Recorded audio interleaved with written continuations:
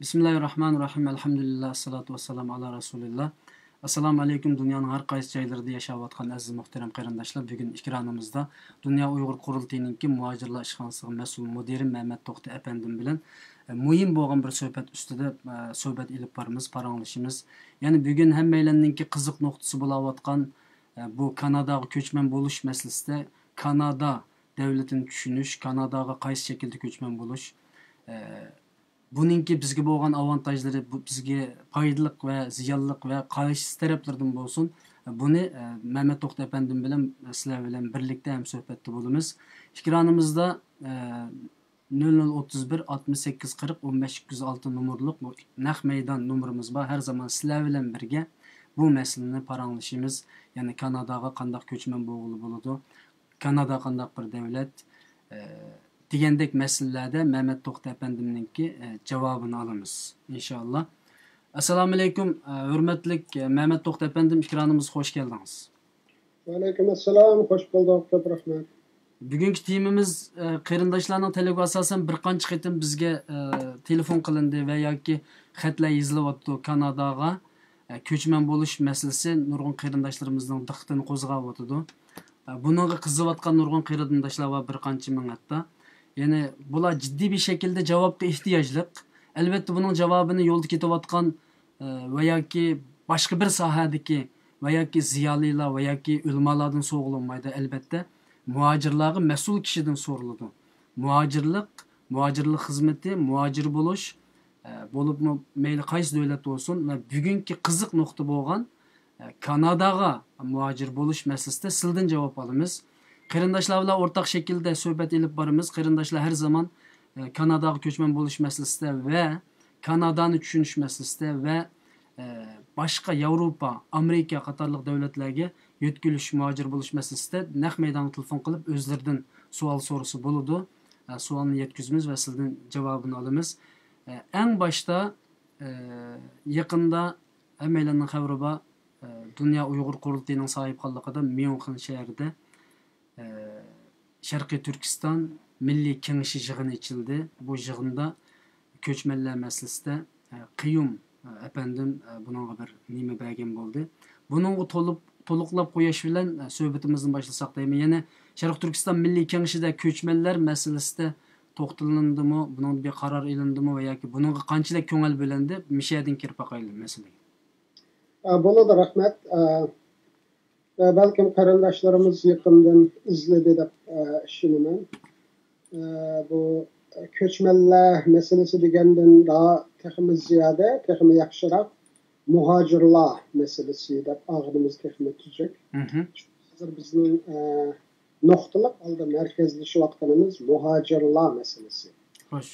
Ko'chmanlar masalasi deganimizda mustaqil ko'chman guruhlari, anadan keyin talantli ko'chmanlar guruhlari, mablag' sog'ich ko'chmanlar guruhlarida normal ko'chmanlik iltimosi bo'yicha Kanadaga ko'chishni o'z ichiga oladi. Aramizda cho'qim u kategoriya bo'yicha shart to'shadigan chet ellik qarindoshlarimiz bor. U ayrim. Lekin bizning hozir ko'proq nazarda tutganimiz birisi normal sharoitda Kanadaga viza iltimos qilib viza ololmaydigan. İkinciden ko'chmanlik iltimosi bo'yicha belgilik shartlarni hozirlab bo'lolmagan.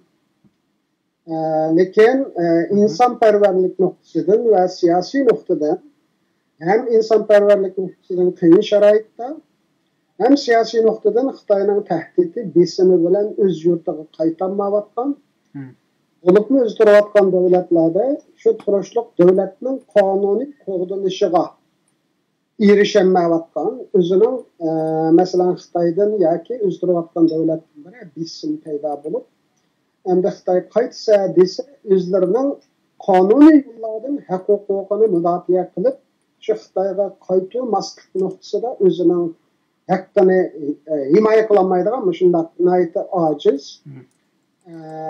Ya'ni Xitoyning zulmini chet elda turibmi his qilgan o'sha qarindoshlarni biz nazarda tutyapmiz.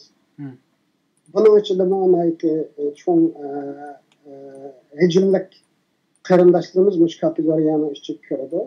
Bizning hozir ko'proq nuqtali holda qarindoshlar bilan bo'lgan tizimlash ishlarida bizning nuqtaliq holda diqqat qilganimiz birisi ko'p sonliq oilalar yo'ldoshlari yoki oilaning turiga Xitoyning turmusida yoki mayda jazo lagerlarida bo'lib oila ya'ni igichoqsiz ketib qolgan. Ikkinchidan pasportlari o'tib ketgan. Shu davlat tavaligi aniq emas. Hech bir davlat tavaligi yo'q mushot ketib qolgan yoki pasportlari yaqinda o'tib ketadigan.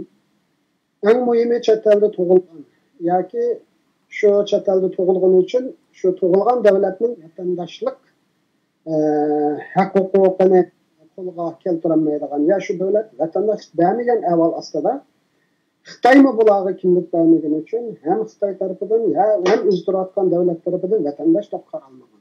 Davlat tavaligisiz, davlatsiz mushunday yangi tug'ilgan bo'loqlar bo'lib, birlashgan davlatlar tashkilotiga iltimos qilganlar bo'lib, mushu kategoriya bo'yicha bugun mushu birisi yarim soat burungi egallagan ma'lumotimiz bo'yicha endi Turkiyada Misr azroq, Misrdan va Arabistondan azroq bor.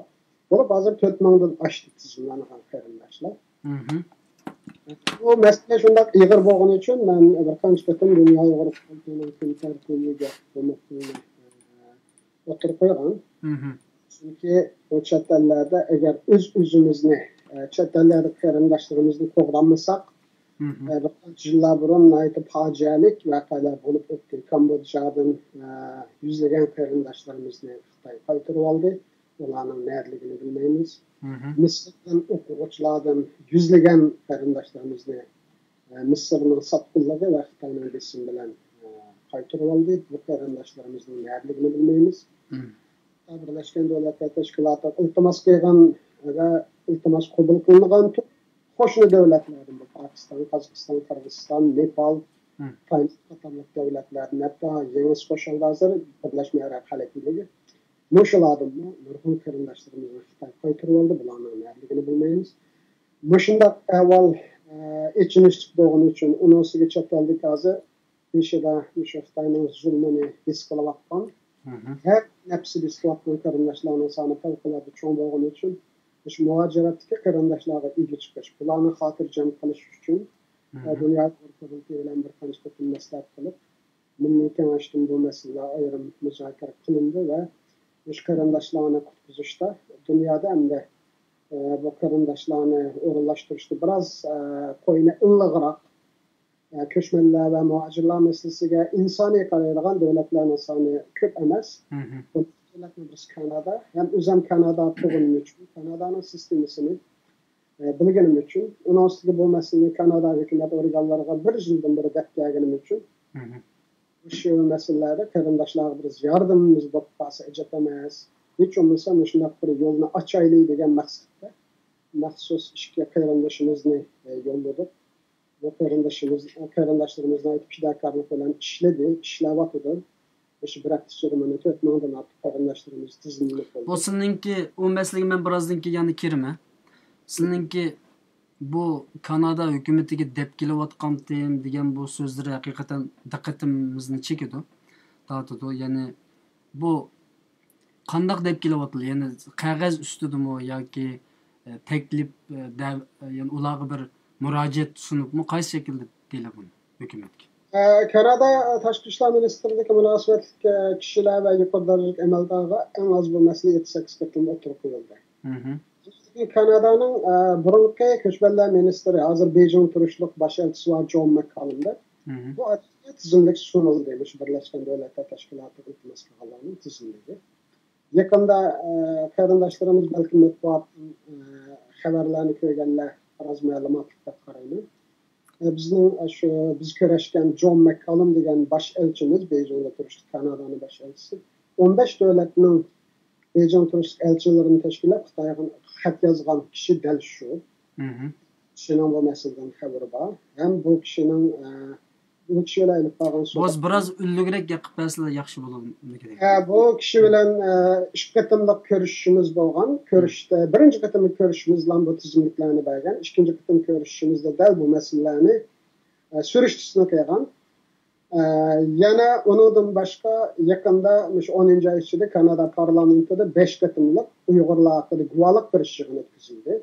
Bu tarixda misli ko'rilmagan rekord buzadigan, rekord yaratgan bir Kanada parlamentinin xizmati bo'lib qoldi. Hozir hech bir davlat bundaq bir oy ichida 5 qatim maxsus Uyg'urlar uchun guvohlik yig'ini ichib, butun bir oyni bir davlatning parlamenti Uyg'urlarga ajratmagan. Yashaymiz buni bilamiz. Mening dastlabki bergan guvohlik berish isbot berishimda hukumatdan bu talab qilgan tizimliklarim ichida birisi Kanadaga panohlik tilaganlarning panohlik iltimosini tezlatish, Kanada hukumatining Uyg'urlarni qat'iy Xitoy qaytarmaslik haqida uqtirish e'lon qilishi, uchinchidan chet ellardagi davlatsiz, vatansiz muhojir qarindoshlarning Kanadaga o'rilish uchun Kanada hukumatining yordam qilishi. Shu nuqta orqali o'tirib qo'yilgan. Undan boshqa talablar bor, ularni hammasini Kanada qilyapti. Yaqinda Kanada bosh ministri mushaqada bayonot berdi. Xitoyning bosh ministri bilan shu masalani ko'rishdi. Buni hammamiz bilamiz. Shunlashqa undan keyingi 4 qatimliq guvohlik berish yig'inida boshqa mutaxassislar o'xshash masalalarni o'tirib qo'ydi va Kanada parlamentidagi millat vakillarining shu guvohlik berish yig'ini jarayonida eng ko'p so'ragan savoli biz Uyg'urlarga qanday yordam qila olamiz? Biz qanday yordam qila olamiz? Shu savol parlament a'zolaridan eng ko'p so'ralgan savol bo'ldi. Mutaxassislarni birdek shu masalani o'tirib qo'ydi. Kanadaning ko'chmanlar siyosati bo'yicha chet ellarda pasportining vaqti o'tgan, vatansiz bo'lib qolgan yoki pat arada vatansiz bo'lib qoladigan, anadan keyin Xitoyning besimida doim gejgisida his qilgan mazlum Uyg'urlarga Kanadaning ilgi chiqish masalasini yolg'iz men emas, mutaxassislar, boshqa guvohlik beruvchi olimlar, professorlar hammasi shu masalani o'tirib qo'ydi. Shuna bo'lgani uchun 12-oyning oxiridan beri, bir oy ichida Kanada parlamenti hukumatga bir tavsiya qarori yo'llaydi, bir doklad bilan birga. 5 qatimlik guvohlik berish yig'inining xulos shaklida. Bu tavsiya qarorida, ya'ni hukumatlarning qilishga tegishli ishi degan gap, tavsiya qarori degan. Bu tavsiya qarori birisi vaqtida men qisqacha to'xtalishimga to'g'ri keldi. 3 siyosiy partiyaning o'rtaq qarori bo'lib chiqdi. Shunlashqa buning ta'sir doirasi kuchli bo'ladi. Yolg'iz muxolifat, ya'ni o'qituvchi partiyaning fikri emas. Bunda hokimiyat kuchli partiyaning millat vakillari bor. Shunlashqa bu qaror kuchli bo'ladi, hukumatlar diqqatga oladi bu qarorni.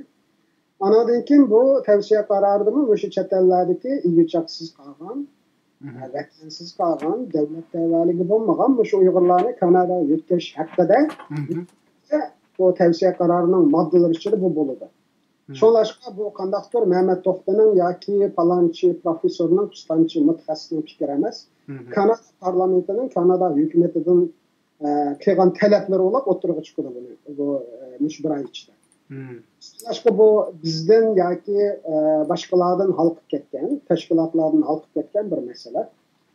Biz shundaq narsani bilganimiz uchun, kun tartibini oldin ola biz bilganimiz uchun, bu ishning qanday bo'lganligini bilganimiz uchun Kanada parlamentining hukumatga bu tavsiya qarorini e'lon qilishidan burun qo'limizda bu tizimlik tayyor bo'lsin deb darhol ikki qarindoshimizni Turkiyaga yo'lladik. Bu savolni nima uchun so'radim deganda, nurg'un davlat va Yevropa, Amerika, Kanada, Yaponiya degandek, demakki sizlarning bu masalani o'tirib qo'yishlari biroz bo'lsa-mu natija beribdi va bir qancha qarindoshimizni Turkiyaga yo'llab, shu Turkiyadagi qarindoshlarimizni tizimlashdek bir yagi kelibdi endi bir baldoqqa. Demak, boshqa davlatlarda ham sizlarga o'xshagan shaklda, xuddi siz degandek bu bir Mehmet To'xtaning ishi emas, boshqa insonlar, qarindoshlar ham qila oladi deganga o'xshash. Boshqa davlatlarda ham o'sha shaklda hukumatga taklif sunsa va yoki shu davlatga muhojir yetkazish masalasini shu davlatning parlamentlariga, prezidentlariga sunsa bo'lamdi demakchining javobini olmoq maqsadida so'radim men. Hamma davlat asosan o'xshashmi bu prinsip? Elbette o'xshaydi, lekin ba'zi farqlar bor endi. Men sizga yo'llagan sunumda Kanada haqida belgili bir tushuncha berish uchun bir qancha uchurlarni qo'ydim. Xo'sh.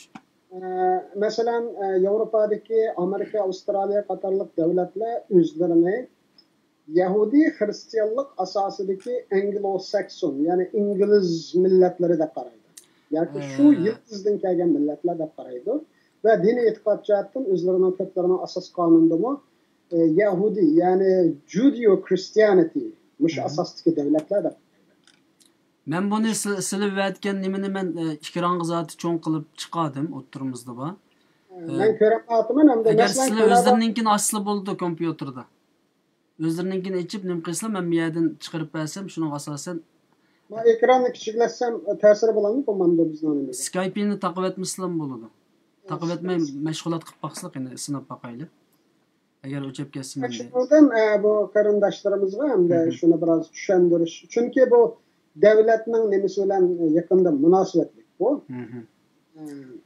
Onu tushunmay turib, masalan Kanadaning bayrog'ida xristianlik belgisi bo'lgan kristni ko'rmaylasizlar. Bir narsa yo'q. Shunday. Bunun sebebi Kanadaning o'zini Yahudi Hristiyan asosidagi İngiliz millati deb qaramaganlikdan kelib chiqadi. Bu bir. Ikkinchidan Kanada o'zini shu 1980-yillardan boshlab ko'p millatlik davlat, ya'ni ko'p millatlik, ko'p kültürlük, ya'ni madaniyatlik, ko'p dinlik davlat deb qaraydi. Ya'ni Kanadadagi butun dinlar o'xshash nimaga ega, e'tiborga ega, butun madaniyatlar o'xshash e'tiborga ega deganlik. Boshqa Kanada o'zining masalan Kanadada madaniyat ministerligi bo'lmaydi. Kanadada ko'p madaniyatlik ministri bo'ladi. Saat bir qarindishimiz so'rabdi, Kanada qandaq ya turmush, ish masalasi qandaq? Nuposi qanchalik normalda qanchalik vaqt chiqadi? Mush to'g'rimiz qistirib o'tsanglar ekan, zot siz shuning javobini beryaptilar. Aziz qarindoshlar, buni munosabatli savol bo'lib qolsa, naq maydonga telefon qilsangiz bo'ldi. Rahmat, sizlar davom qilasizlar. Endi Kanada ko'p millatlik, ko'p madaniyatlik, ko'p dillik deb o'zining nimasini shu bo'yicha ta'riflagani uchun Kanadaning shu eng muhim haq-huquqlar bayonnomasi degan shu Kanada asos qonuni bilan teng turadigan insonlarning haq-huquq masalasida yolg'iz Kanada fuqarolarining emas, Kanadaga hatto sayohatchi kelganlarning haq-huquqi qo'g'dalgan endi. Shunlashqa Kanada bu jihatdan nurg'un davlatlarga nisbatan nayti afzal sharoitga ega. Eng muhimi Kanada shu ko'p madaniyatlik davlat deb o'zini ta'riflagandan beri shu boshqa millatlarga, boshqa dindagi qarindoshlarga nisbatanmi diniy asos yoki bizga yaqinlik yoki bizga uzoqlik bularning o'zlarining nimasi qarab emas, insoniy nuqtadan shunday qarab kelgan. Shunlashqa men sizlarga yo'llagan nimada Kanadaning kabinetini yo'llab qo'ydim. Masalan, Kanadaning kabinetida hozir musulmon ministerdan 2si bor. Kanada parlamentida musulmon millat vakilidan 11si bor. Federal hukumatda da'vatiman. Yuqori darajalik shu hukumatning federal hukumatning o'rinlarida ishlayotgan musulmonlarning soni aytichi. Endi Kanadaning yer zamini dunyo bo'yicha 2-o'rinda turadi. Nayti Rossiyadan qarshi yer zamini eng ko'p davlat, nüfus 37 million. Rossiyadan dunyo bo'yicha 38-qatorda turadi. Tushib-chiqib to'g'ri kelgan kirimi 48 ming dollardan oshadi, 49 ming 50 ming dollarga yaqinlashadi. Endi Kanada bütün dünya devletleri içinde to'liq demokratik davlat deb qaralgan. To'liq demokratik deganimiz yani insonlarning erkinligi va haq-huquqi nuqtasidan.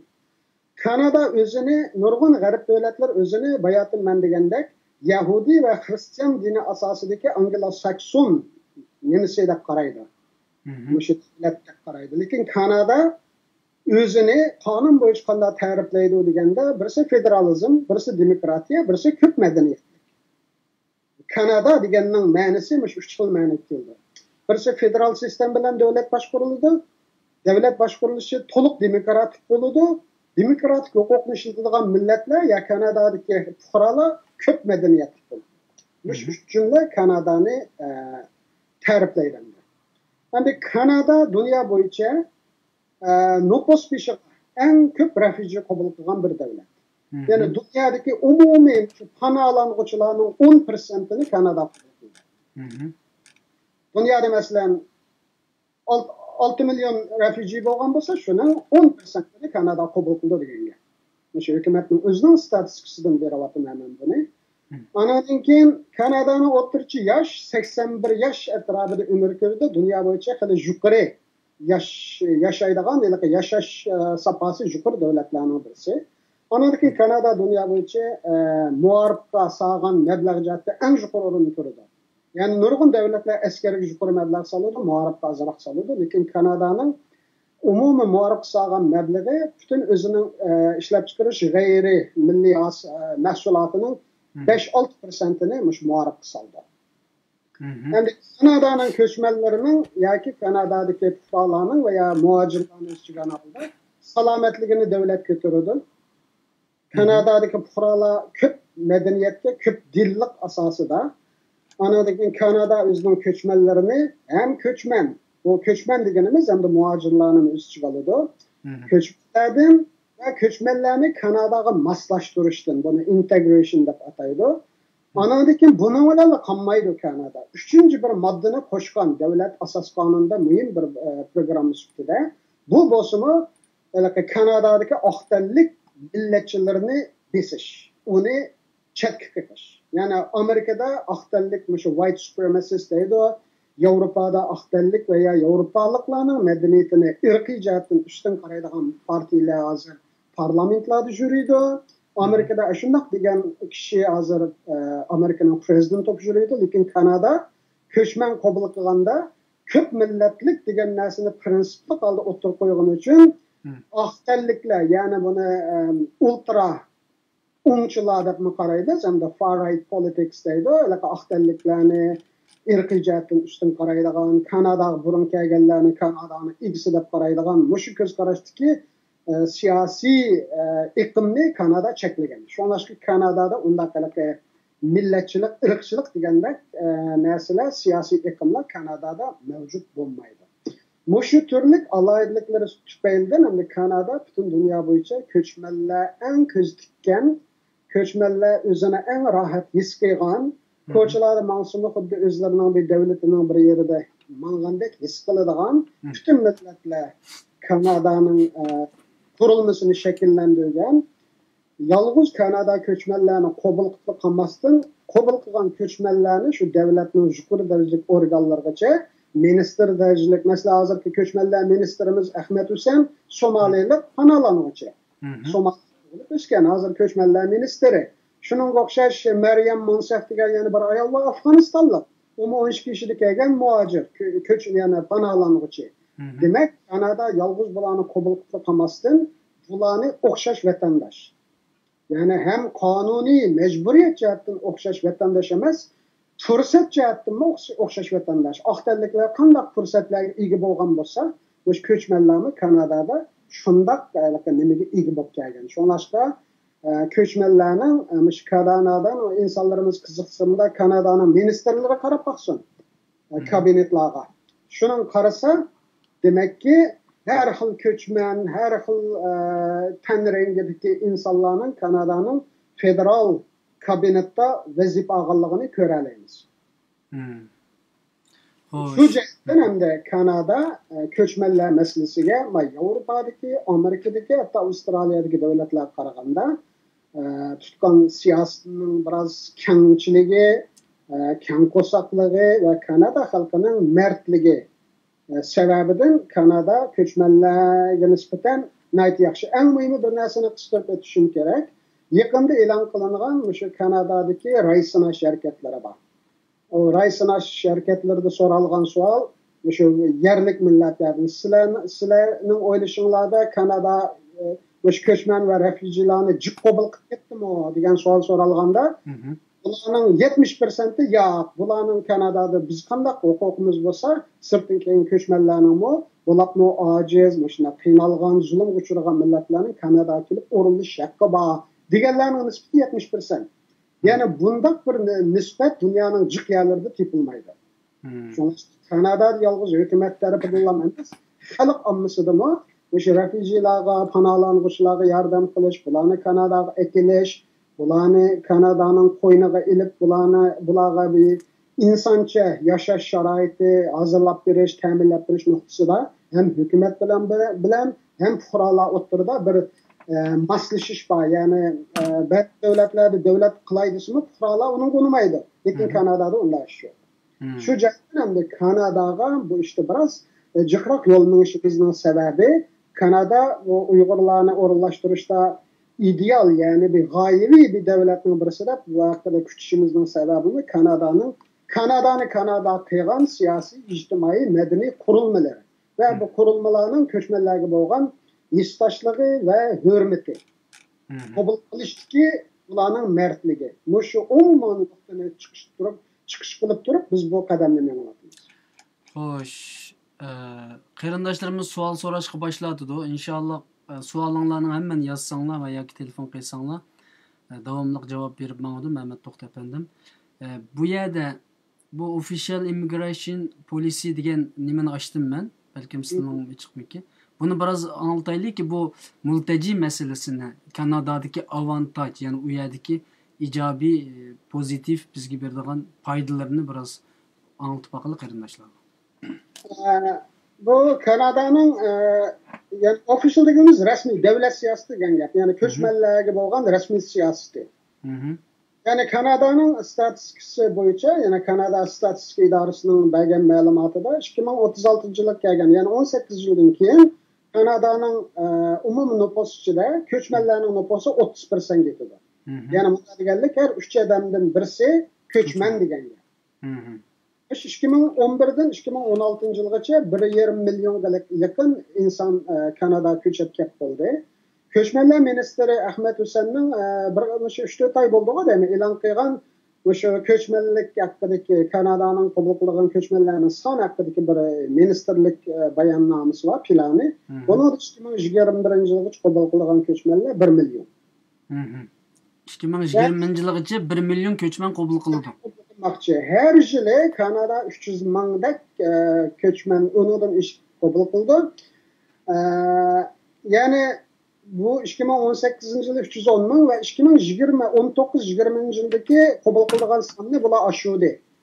Jiqroq qabul qilmasak, planni o'rinlanmaydi ekanmiz deb. Men shu devatgan statistikalarning hammasi Kanada statistika idorasidan olgan statistikalar. Shuningda 2018, 2019, 2020 her yılı qabul qilingan nimalarning soni. Bunun ichida onun keyindagi batki qarashlari endi refujiyalarning masalasi chiqadi. Refugee kategoriyasi. Refujiyalarning qaysi kategoriya bilan qanday qabul qildi?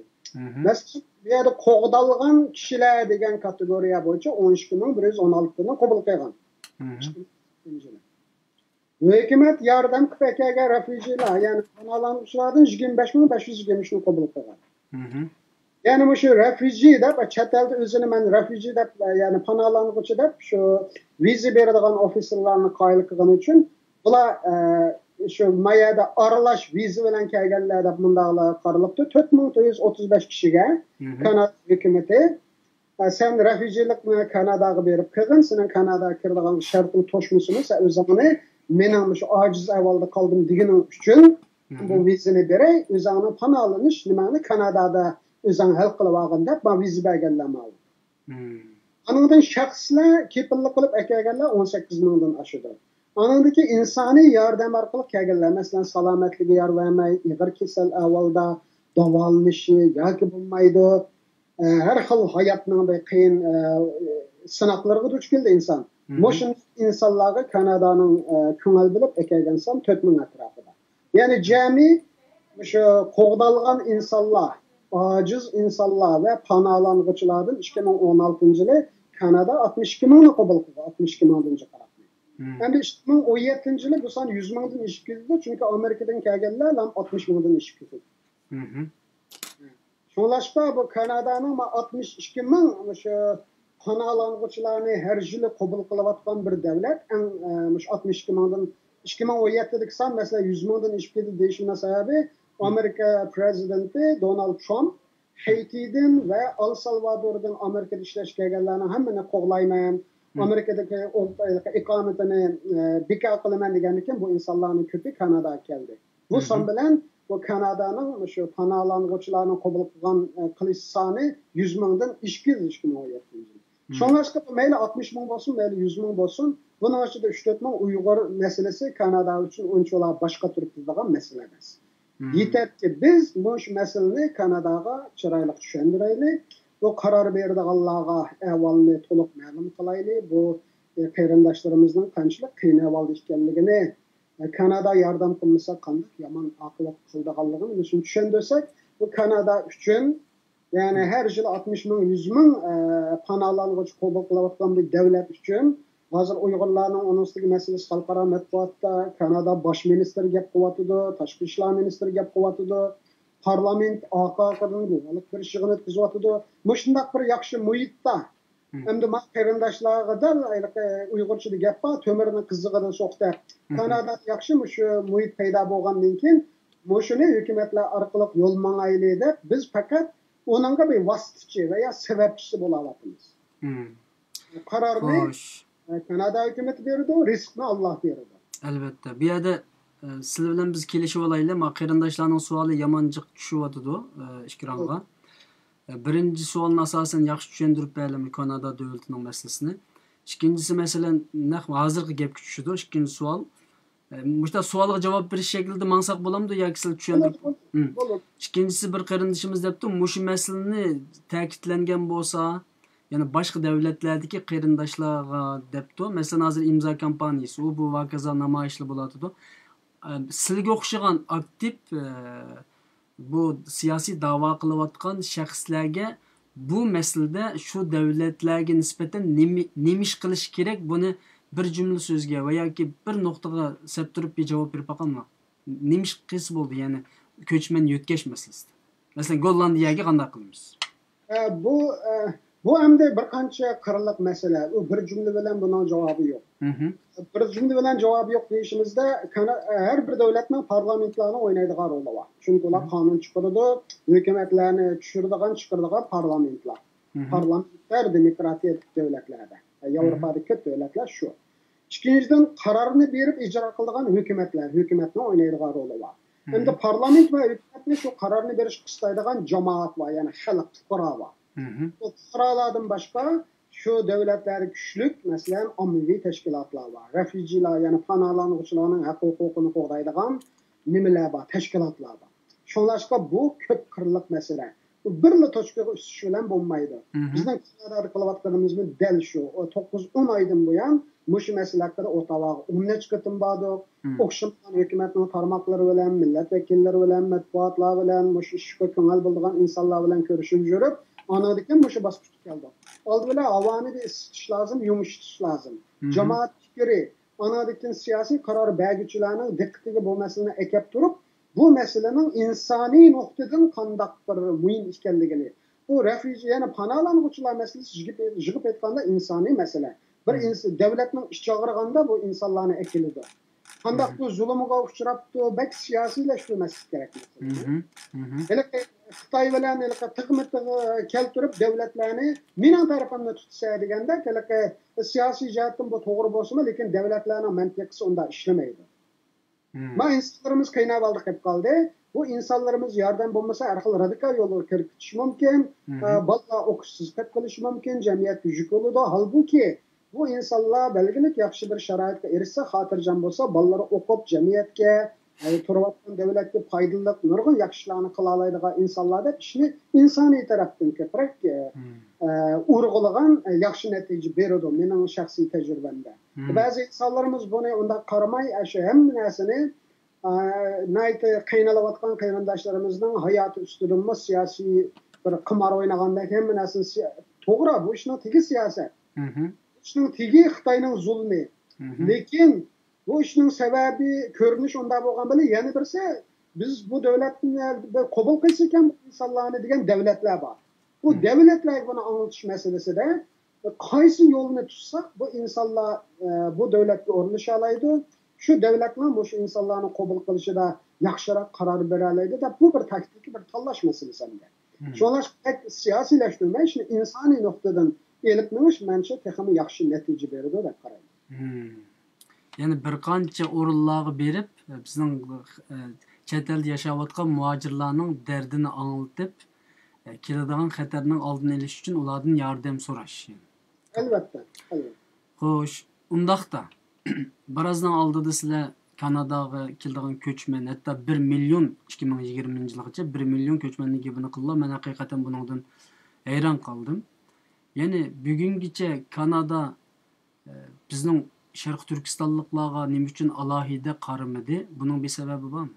Ya'ni Turkiyadagi yuan deyli yoki boshqa yerlardan Kanada o'z davlatidan aketgan ko'chmanlar qanchalik Uyg'urlardan va men ashta qardim ham to'van bo'lish mumkin deb. Buningga bir javob berib qo'yasiz. Birlashgan Davlatlar Tashkiloti orqali kelgan Uyg'urlarning soni 100ga yetmaydi Kanadaga, mening bilishimcha.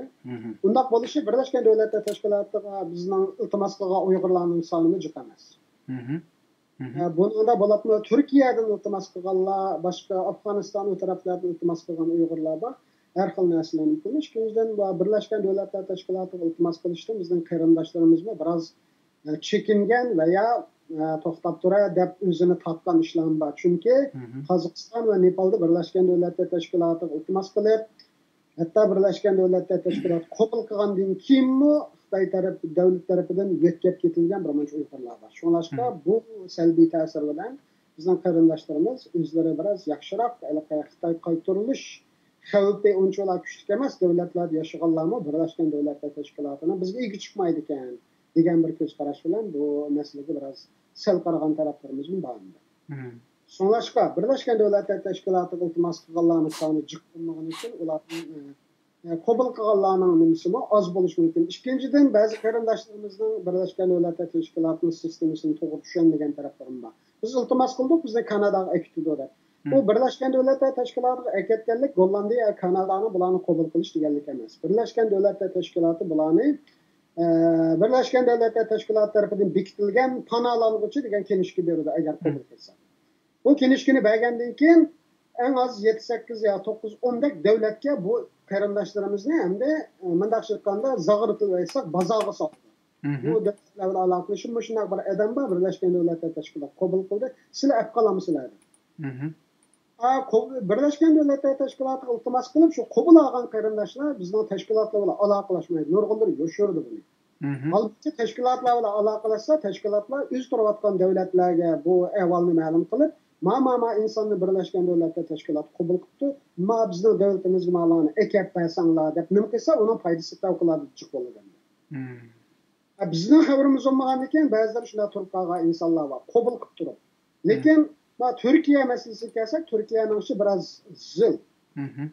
Nozik. Buning sababi yaqindan buyon IShID deymiz, ISIS deymiz, ISIL deymiz, Islom davlati deymiz bir voqea bo'ldi Turkiyaning chegara bo'ylarida. Uyg'urlardan beshimizni qumga ko'mib yetib olsakmi, u yerga bir qancha ming odamning berib, u yerga ishlarga aralashib o'lganligini biz bilmasak, bu davlatlarning istixborot organlari biz biladi buni. O'zimizni bak vaymanda turib olsam bilinmaydi deyishning o'rni yo'q. Chunki Xitoyning va boshqa davlatlarning shu qarindoshlarimiz bo'lgan yerda istixborotning nurg'un odamlari. Ular biladi. Shunlashqa Uyg'urlarning ashaga berish bilan o'sha chet ellarga bir nurg'un davlatlarning Uyg'urlarni qabul qilishda salbiy rol o'ynaganligini e'tirof qilishimiz kerak. Biz Uyg'urlarni mundaqlar Xitoyning zulmiga uchraganlar desak, manda radikalish. Uning ustiga u yer bo'lganlarning soni jihatdan Uyg'urlarning soni butun millatlardan. Buni tushunishimiz kerak. Ana lekin Turkiyada tug'ilgan Uyg'urlar hamda ko'proq bexatarlik jihatdan uzunroq bexatarlik tekshirishiga duchor bo'layotganligi bir reallik. Chunki shu Suriya tarafga o'tganlarmi Turkiyadan o'tgan, Suriyadan qochib qolganlarmi Turkiyada to'xtab o'tgan. Unda bo'lg'achqa Turkiya bir o'tanga aylanib qolgan. Suriyadagi shu jihadchilar qatnashadigan. Shunlashqa Turkiya tug'anlar masalasi kelganda nurg'un davlatlar ajba ish tarafga berib qolganmi, shu tarafdagi insonlarga bir esdashlik qilgan ishlari bormi deb biroz bunga inchkilik bilan qarayotganligi to'g'ri. Bexatarlik tekshirish tugamay turib, ya'ni bir insonni Birleşken Devletler Teşkilatı bu oğru mu, toğru mu, bulançı mı, tuz eden mi, ailesini bakıman diye adam mı, yakalarını karşılar, arlaşka adam mı da bir xatarlik tekşürüşüdür netice çıkmay turib Birleşken Devletler Teşkilatı bularning qabul qilish jarayonini başlatmaydi. Şunlaşka Türkiye'den bo'layotgan ishlar dermiş. Yani bu kurultayning yo'l maqma vaqtlarida ya başka ishlar emas. Hem de hazır hem de Türkiye'deki bazı qarindoshlarimiz nomi mayli yurishtirishdan bo'lsin, din bo'lsin, Xitoy hukumatining nenaga yog' sukab berayotganligi bo'yin. Hem de necha vaqtdan beri Xitoy hukumati chet ellik Uyg'urlarni terrorist deb taqdi atmadi. Guantanamo yurgan bir Uyg'urni Xitoy qaytarmaganligi dal Uyg'urlarni terrorist degan tamg'u bilan tamg'ulashdi. Xitoy jiq kuchidi tashkilotlarimizni, shaxslarimizni, ammo buni axtaramadi. Ondan keyin Uyg'urlar radikal o'g'achqa jazolayotganimizda Xitoy Uyg'urlarga bo'lgan bostirishini o'sha radikallik bahonasi bo'yicha dunyoga shunday tashviqot qildi. Turkiyaga ba'zi Uyg'urlarimiz hatto Turkiya ziminida nima deymiz, jamiyat tarafidan chetga qilgan vaziyatda hozir mayli yurish-turishlardagi yo'lpada xilma-xil nimalar bilan. Bu Xitoy uchun tepilmas bir fursat, buni ishlatyapti. Qo'shimcha bir narsani so'rasam mishadi. Bu dunyodagi davlatlar qanchalik Xitoyninki bizni qarilishiga qanchalik ishonadi, ya'ni birlashtirsak. Davlatlar ishonmaslik masalasi emas bu yerda, ehtimollik bo'yicha qaraydi. Ehtimollik bo'yicha qaraydi deganda, masalan, har bir davlatning istixboroti shu davlatlarga rapor beradi. Xitoy bunda davatida davlatlarimiz so'raydi o'zining istixborotidan. Uyg'urlarni Turkiyadagi aviaberik tashkilotlarni terror yoki radikal davatida mushakkilib uchraganlar bizga bir report suninglar deydi istixborot tashkilotlari. Istixborot tashkilotlari hammani kuzatib, tekshirish olib berib, bu hukumatga oqma emas, ko'kma emas, o'zining bayqig'ini bo'yicha biz siyosiy qaror chiqaramiz. Uyg'urlardan mandaqlarim bor, andaqlarim bor, mandaqlarim bor. Mandaqlari asosliq, mandaq asosandiki yoki nayt asosandiki bo'lsin mandaqlarim bor deb shu amaliy ahvol bo'yicha doklad qildi. Endi bu dokladni olgan davlatni boshqargan odam shu qaror berganda shu ehtimolliklarni nazarga olib turib, agar men bu Turkiyada 1000 Uyg'ur akarsam, shu 1000 ning ichida 100% ehtimollik bo'lsa radikal odam bo'lib qolsa degan savolni o'zidan so'raydi. 10%, 50% bo'lsa unga diqqat qilmaydi, bo'lmaydi ekan. Agar shu 1000 odamning ichida 101 ehtimollikda shu radikal yoki qalaynaqa odamda arilishib qolsa, shu bunga 1000 odamning ichida 101 degan gap 10-20 odam degan. Hech qanday davlat buni xohlamaydi. Bu shunday ehtimol 101% ehtimollik bo'lsinmi degan savolni so'raydi. Shuna bilan qaror berganda ya musbat ya manfi qaror beradi. Buning keyinda kim bor degan ayrim masalami shu davlat istixboroti? Bu ayrim masala. Bu siyosiy bilan bexatarlik ayrim masala. Siyosiy jihatdan buni keyinida Xitoy varkan bu analizni qilganda, unda analiz qilinadi. Lekin men bu insonlarni aytsam, keyinda kim bo'lsa bu radikal insonlar bo'lsa, ertaga mening jamoatim, jamiyatim, ommaviy mush tartib, analikin davlatga nisbatan bular tahdid paydo qilish nisbati 1% bo'lsa-mu bularni bo'qqasi shu degan savol bo'yicha bular harakat qildi.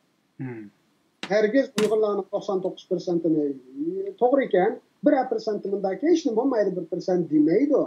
Zaten demak biz o'zimizning radikal millat emasligimizni ishontirishimiz biroz tezki to'xtaydi degan gap.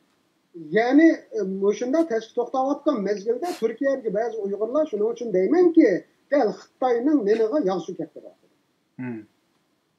Türkiye'de Müslümanlar yaşayıp nurgun devletlerde yani bazı insanlarımız, radikal insanlarımız ayallarımız zaten bu şu kurban boplu kelgen hanımlarımız şu hanımlarımızla kurban kıvatlarıdır. Bu hanımlarımızla kurban kıvatsı olmaylı hanımlarımızdan balları var. Ulaçı. Ulamış şunu tanrı kurban buludur. Şunlaşka bizden dini alimlerimiz ya ki dini alimlerimiz bunda işini kılmaydı. Ben dini alimlerimizi hemen tanıyım. Radikal dinden haberi yok. Bazı aşırı derecedeki fevkalade radikal bazı mezheplerinin nimisini bizden hanım kızlarımızga tinget din degen bu şu der. Halbuki bizden dinimiz ayallarını azat kılış için Nisa suresi ile Meryem suresi ayallarga atalgan 2 sure var bizim Kur'an'da. Bu meselege inşallah yana bir kirimiz birazdan keyin masuallarga cevap beriş şekilde mangaylı. Olur. bir oddiy bir savol. Kanada ingliz tili qo'llanamdi degan savolni so'rabdi qarindoshlar. Ikkinchisi, bir qatimda bir millatdan mingdan ko'p kishini qabul qilg'ili bo'lamdi, ya'ni bundaq bir avval bormi deb buni so'rabdi. Şu 3. slaydda Kanada'nın ülkeleri göstergen. Sarı ranglı boyalgan Ontario degende Uygurlar en köp o'ltiraqlashgan rayon. Ontario, shundoq. Onun o'ng qo'l tarafida qarasida Quebec degan bor. Quebec va uning o'ng qo'l tarafidagi boshqa kichik o'lkalarda fransuzcha qo'llandi, inglizcha qo'llandi. Federal hukumatlar ikki tilli, fransuzcha va inglizcha. Ama ülkeler o'zlarida shu xohlagan bir tilni ishlasa bo'ladi, ammo hukumat organlari ko'pincha ikki tilli tarjimonini to'liq shu bo'yicha mulozimat qilish kerak. Ana en sol qo'l tarafda British Columbia degan bir o'lka turdi. U yerda Uyg'urlarcha. Shu Vancouver degan shahar bor. Shu Amerikaning chegara bo'ylari, janub taraf Amerikaning chegarasi. Onun endi Alberta deganda Uyg'urlarimiz va shu Edmonton, Neft shahri bor Alberta, bizning qaramay maytaq o'xshash. Bu yerda Uyg'urlardan 40-50 bor deb o'ylayman. Saskatchewan degan onun endiki o'lkada azroq, Manitoba azroq. Ama Ontario, Quebec'te biraz var. En kötü Ontario ile British Columbia. İki ülkede İngilizce işletiyor. Bu ülkede Uygurlarca karar. Hem de Ontario'nun merkezi Toronto'da Uygur cemaatine ait güçlük. Özü situağın mescidimiz var. Pullarını tölet boğan. Hem cemaatimiz var. Toykükün, ülemcikin, her xil faaliyette, yazda, kışta. Naiti ön, itibak, inak. Şimdi yaşayımız. Özümüzden ballarının okuyduğu mektep var. Şimdi yakşanlıkını.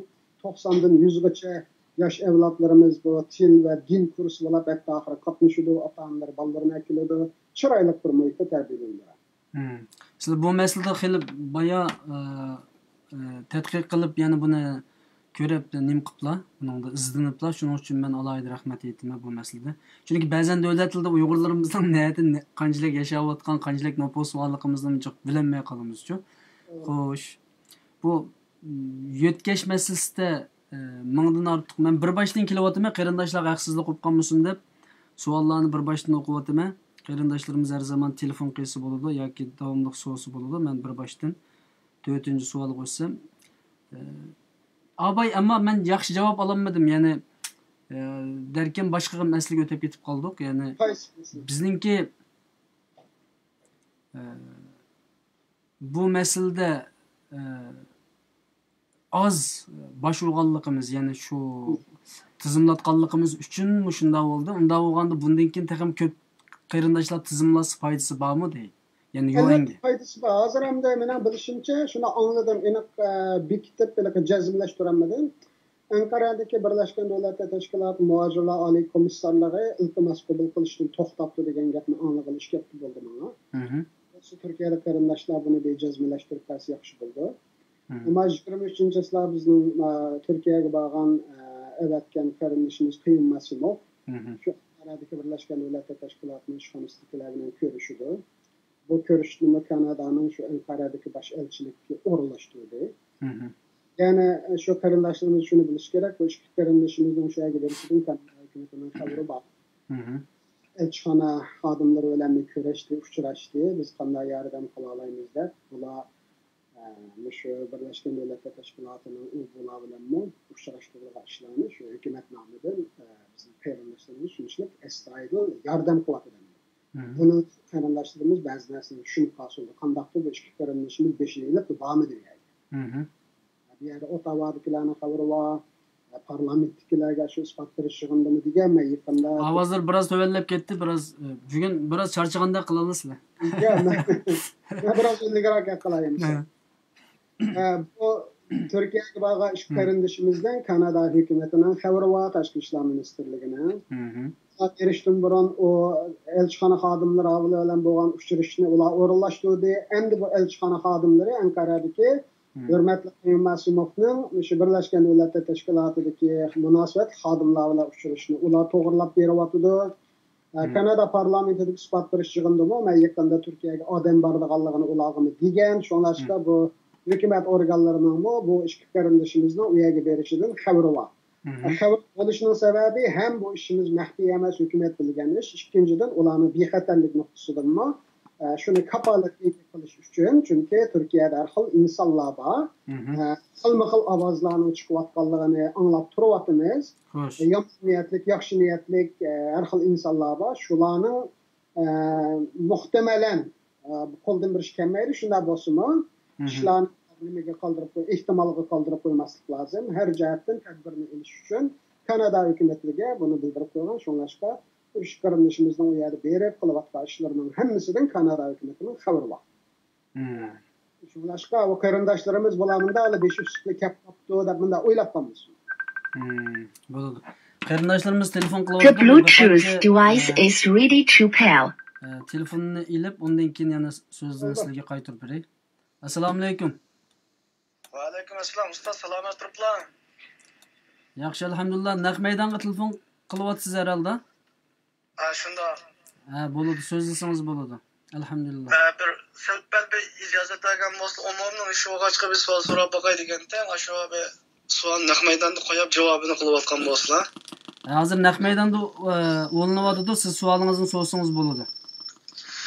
Biz şu Kanada, şu Mehmet Toxtakamızga avval Uyghur muhaciratdagi qarindoshlarning g'amini ekanligi uchun rahmat aytamiz. Xo'sh. Bizningki bunda bir savol vardı. Şu Turkiyadan Kanadaga biz tizimlatgan bir naq maydonni ko'rib keldim, bugun men borgandim. Xo'sh. Ko'pchilikning bir fikrida agar biz o ishlar natijalik bo'lsa, ya'ni Kanadaga ketalisak, bu bizning materialimiz Birlashgan Davlatlar Tashkilotining musofirlar ishxonasiga boramdi, bormamdi? Xo'sh. Agar bizningki materialimiz Birlashgan Davlatlar Tashkilotining musofirlarning, ya'ni ko'chmanlar ishxonasiga turib qolsa, bu Kanadaga ketmay qolsak biz, bizning bu yerdagi iqomatimiz ishg'ol bo'linib ketib qolish mumkinchiligi bormi, yo'qmi? Biraz saqlanın. Adette Sözləvirim. Adette Birleşken Devletler Teşkilatı'nın musafirlarını, yani musafirlar işhanısına iltimas kılsak, musafirlar işhanısı şu iltimas kılıcını palanı şahının palanı naisi toğun dep məxsus oyun belgilep 15 günde bıraktım, bir ayda bıraktım, sakçıkanlığı gelip imza koyğulu salıtken. Hoş. Hem de biz bu Kanada'nın ki bu iştirak iltimas kılsak, bu ikamet çıkalının ikamet iştahı olunap ketitkan. Hazırlıkta turvatqa yerden başka yerge birip, başka vilayet, başka nay, başka yeziliga. Birip şu yerde olturuşunu talep kılıp, eğerken de biz Kanada'ya baramaya kapkalsak, hazır ikametimizin ki bika olap ketip, bunun dinken ki bu uzun dönem ikamet çıktı hazır Uygurluğunu aldığa. Muş ikamet iştah bulunap ketip Kanada'ya baramay kapkalsak, biz bunun dinken uzun dönem ikamet sizning sualınız asasen alalayımız mı, alamayımız mı diyen mesele. Tamam. Yana başka sualınız var mı? Yok rahmet, muşunun bir cevap bergen bolsa bir köpçülükninki en kıyın mesele muşukken. Bo'ladi. Rahmet sizge. Telefonunu üzülteymi yoki tuttusunmu? Baş sözünüz tügüdümü? Bunu ben aşağı canlıq yayından körüp almamı ya kanda cevabını kanda alıp alamam. Bo'ladi. Telefonunu üzültey. Siz aş naq meydandan körüp alsanız bo'ladi. Yana bir qarindishimiz telefon saqlatdi. O sualını anglab etib, ondan keyin javob beramlar yoki ikkinchisini anglab etib. Bo'ladi. Assalomu alaykum. Türkiye'ye Kanada'ya tizimlatmakçı, tizimlatmadık. Tizimlatkandan keyin bayan kardeşimiz degende bizim Birleşken Devletler Teşkilatı'na isimlerimiz berip Kanada'ya ketemeydigan bolsa başka ülkelerde bayan yüz bergende Xitayga qaytırıp ötedigan işler yüz beremdi. Ben bu ikinci üyeg bağlandan keyin bizninki turmuş ahvallarımız qanda boludu. Yatak tamak ballarını okuş işleri belki o ticaret qilib jamda qilib ketgan bo'landi. Shu to'g'risida so'ramoqchi edim. So'zingiz tugdimi qarindishim? Tugdi. Rahmat sizga. Rahmat. Javob sizlarga qoldi. Hozir tizimlaganlarga nisbatan biz har jihatdan bu masalani o'yladik. Qarindishimizdan so'ragan savollari haqliq savollar. Xo'sh. Birisi men biraz burun deb ketdim. Birleşken Devletler Teşkilatı'nın bu jarayonlar biraz uzun Türkiye'de ama masalan uzun bo'lyapti böyle. Bo'lsa biz bir yil burun bu masalani o'tirib qo'yganda Vatandaşlarımızın üçümüz Türkiye turuşu kapaletli ilgi olsun. Çünkü bular normal viza alanmaydıgan köçmenlikке texinime.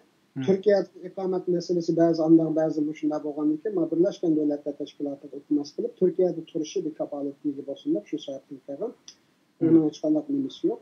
Endi ma keyin tizimlaganlar meselesi kelsa, ma bu daqatim ma Germaniyada Amerikadan kelganlar bilan hatto bugun etganmi biroz qaranglaşdim men. Kanada'nın bu köçmenlerini muhacir deb qabul qilganda, Birleşken Devletler Teşkilatı bularga tavsiye qilganlarni alayda e'tibor bilan qabul qiladi. U hukumatning o'zining nimasini shunday. Tuzumlarda hozirgacha ilib borgan siyosat. Endi bu Birleşken Devletler Teşkilatı'nın tavsiye qilishi bir qancha turli bo'ladi. Birisi Birleşken Devletler Teşkilatı bularning iltimasini qabul qilib, bular muhacir deb qo'liga bir kinishkilik bir narsa beradi. Bu bir tavsiye qilish oldu. İkincisi mesela yakında Kanada Rohingya Müslümanlardan 4 mingni qabul qilishini bırak bo'lmadi. Bular hukumat talab qildi. Endi bu Rohingya Müslümanlarının şu Bengalga kaçkanlarının hemmini Birleşken Devletler Teşkilatı bir planı iltimasını qabul qilib, bularni refugee deb ular karar chiqarmadi. Lekin umumiyizlik qabul qilingan fikir şu. Bu Rohingya Müslümanlar hemmisi refugee çünkü öz yurtlarından turammadı, bexatar aldı ve öz yurtlarına qaytish imkoni yo'q. Hozircha vaqtlik shu Bengal devlet turavatida shulaşqa bilan refugee degan umumiy bir qabul qilingan bir limba, hukm bor. Şunama Kanada hükümeti şu bular çoxum refugeeler şu bo'yicha gerçi Birleşken Devletler Teşkilatı her birisiga qo'rqa kinishki bermisin o. Kanada bularni refugee qabul qildi mesela. Bu bir misal. Hazır bizning kutvatma yolumuz del şu. O qarindoshlarimiz bizga tizimlagandek mana hukumat yo'lini ishlarni qilmay, ya'ni birisi qarindoshlar bu materialimiz Birleşken Devletler Teşkilatı'ga bormamdi. Anadaki yani onun da setraq sual so'raganlar bor. Bu materiallarimiz Xitoyga ketamdi deydigan. Vaqt kelganki menga debetay. Mening hamda tug'ilib mening qilgan birdan bir ishim aqlimni bilib, shu Turkiyadagi iqtisodiyot yapacağım qarindishimiz meni hayotimni obdan biladi. Millatning ishi bilan Allohga shukr, shu shan sharaf yo'lda. Uydagilarimiz, anamiz, qarindoshlarimiz hammani unutgan oldi, millatning xizmatini qilib keldi. Hayotımızda Allohdan qo'rqdik, Xitoydan qo'rqmadik. Nim bo'lsin, nim bo'lmasin, bizning irodamizda shu 30 yildan buyon bir tavrinish bo'lmadi. Shunashqa bu bizning qo'limizga tushgan materiallar Xitoyning qo'liga tushmaydi. Buni men %100 shuna deb qo'yaman, bu bir. Ikkinchi, Xitoy bizning material so'raydigan materiallarni bu bizga ehtiyoji yo'q. Bu yerda qarindoshlarimizni materialni hammasi Xitoyda bor. Bu pasportni Xitoy bergan, kimlikni Xitoy bergan. 70 evladimizdan materialni Xitoy topa oladi. Bu Xitoyning ehtiyojimiz yo'q. Ma'lum qarindoshlar qo'shimcha bilib qolsin. Bu qarindoshlar tizimlangan materiallar Birleşken Devletler Teşkilatı'ga bormaydi, Kanada hukumatiga boradi. Agar Kanada hukumati bularni Birleşken Devletler Teşkilatı bir tavsiya qilsa degan nuqtaga kelsa, biz buni Amerikadan va boshqa yerlardan uni yo'lini qilyapmiz. Shu Birleşken Devletler Teşkilatı'ning Jenevadagi ishxonasidan hozir Uyg'urlar juda qaytanmaydi, hammasi musafir degandek bir bayonnoma yoki o'pchi miqdordagi shunday bir narsa qarordak bir narsani chiqartib, shu orqali shu Uyg'urlarning refugee yoki panohlang'ich ekanligini jazmlashtirib Birleşken Devletler Teşkilatı orqali birdan orqali ma'may xuddi hozir Rohingyalarni Kanada manchimi qabul qilmadiganda shu bo'yicha yo'l tutish bizdan hozir qilayotganimiz shu. So'rashni hozir Birleşken Devletler Teşkilatı'ga yo'llamaymiz. Birleşken Devletler Teşkilatı'ga iltimos qilgan qarindoshlarimizni ushchuri bizda bor. Uni shu tizimlik bo'yicha tanlanadi. Uningga qo'shilib, yangi tug'ilib vatandoshligi yo'q bo'voqlar bor. Ularni hozircha qo'lamiga 200 dan ortiq qarindoshlarning nimasi keldi. Ular qo'shilib hozir 4000 dan oshdi. Men bugun aytmoqchi ichida bu Turkiyada qarindoshlarga endi shuni to'xtatib turinglar deb nima qilaman? Chunki 4000 dan ortiq qarindoshlar tizimlatdi. Menchi shuni bir ratlab jiq ish bor. Yani 4000 qarindoshimiz degan gap har bir qarindoshimizning 3-4 batdan azmaydi dastlabki bir 3-4 batlik enkitos tuzlayotdi. Ana bularning pasporti o'tib ketgan bo'lsa, kopiyasini olsak, kimligi, tug'ilish isboti, cho'nglar bo'lsa, to'y qilgan bo'lsa, to'y qilish isboti, guvohnomasi, anadan keyin maktab o'qig'imiz diplomimiz, shularning kopiyasini olsak va adam beshiga 20 batlik material oldi. 4000 adamdan degan 80,000 bet material degan. Bu Yevropa, Amerika, Kanadaga barmaymiz deganning hammasi tizimlatdimmi? Bu 4000 degan bek chiqsam bu. Şu emasmi hozir 4000 adam bo'ldi. Ya'ni 4000 adamdan hozirgi 20 betlikdan material deyli 80,000 bet. 80,000 bet degan 800 betlik romandan 100 roman deganga.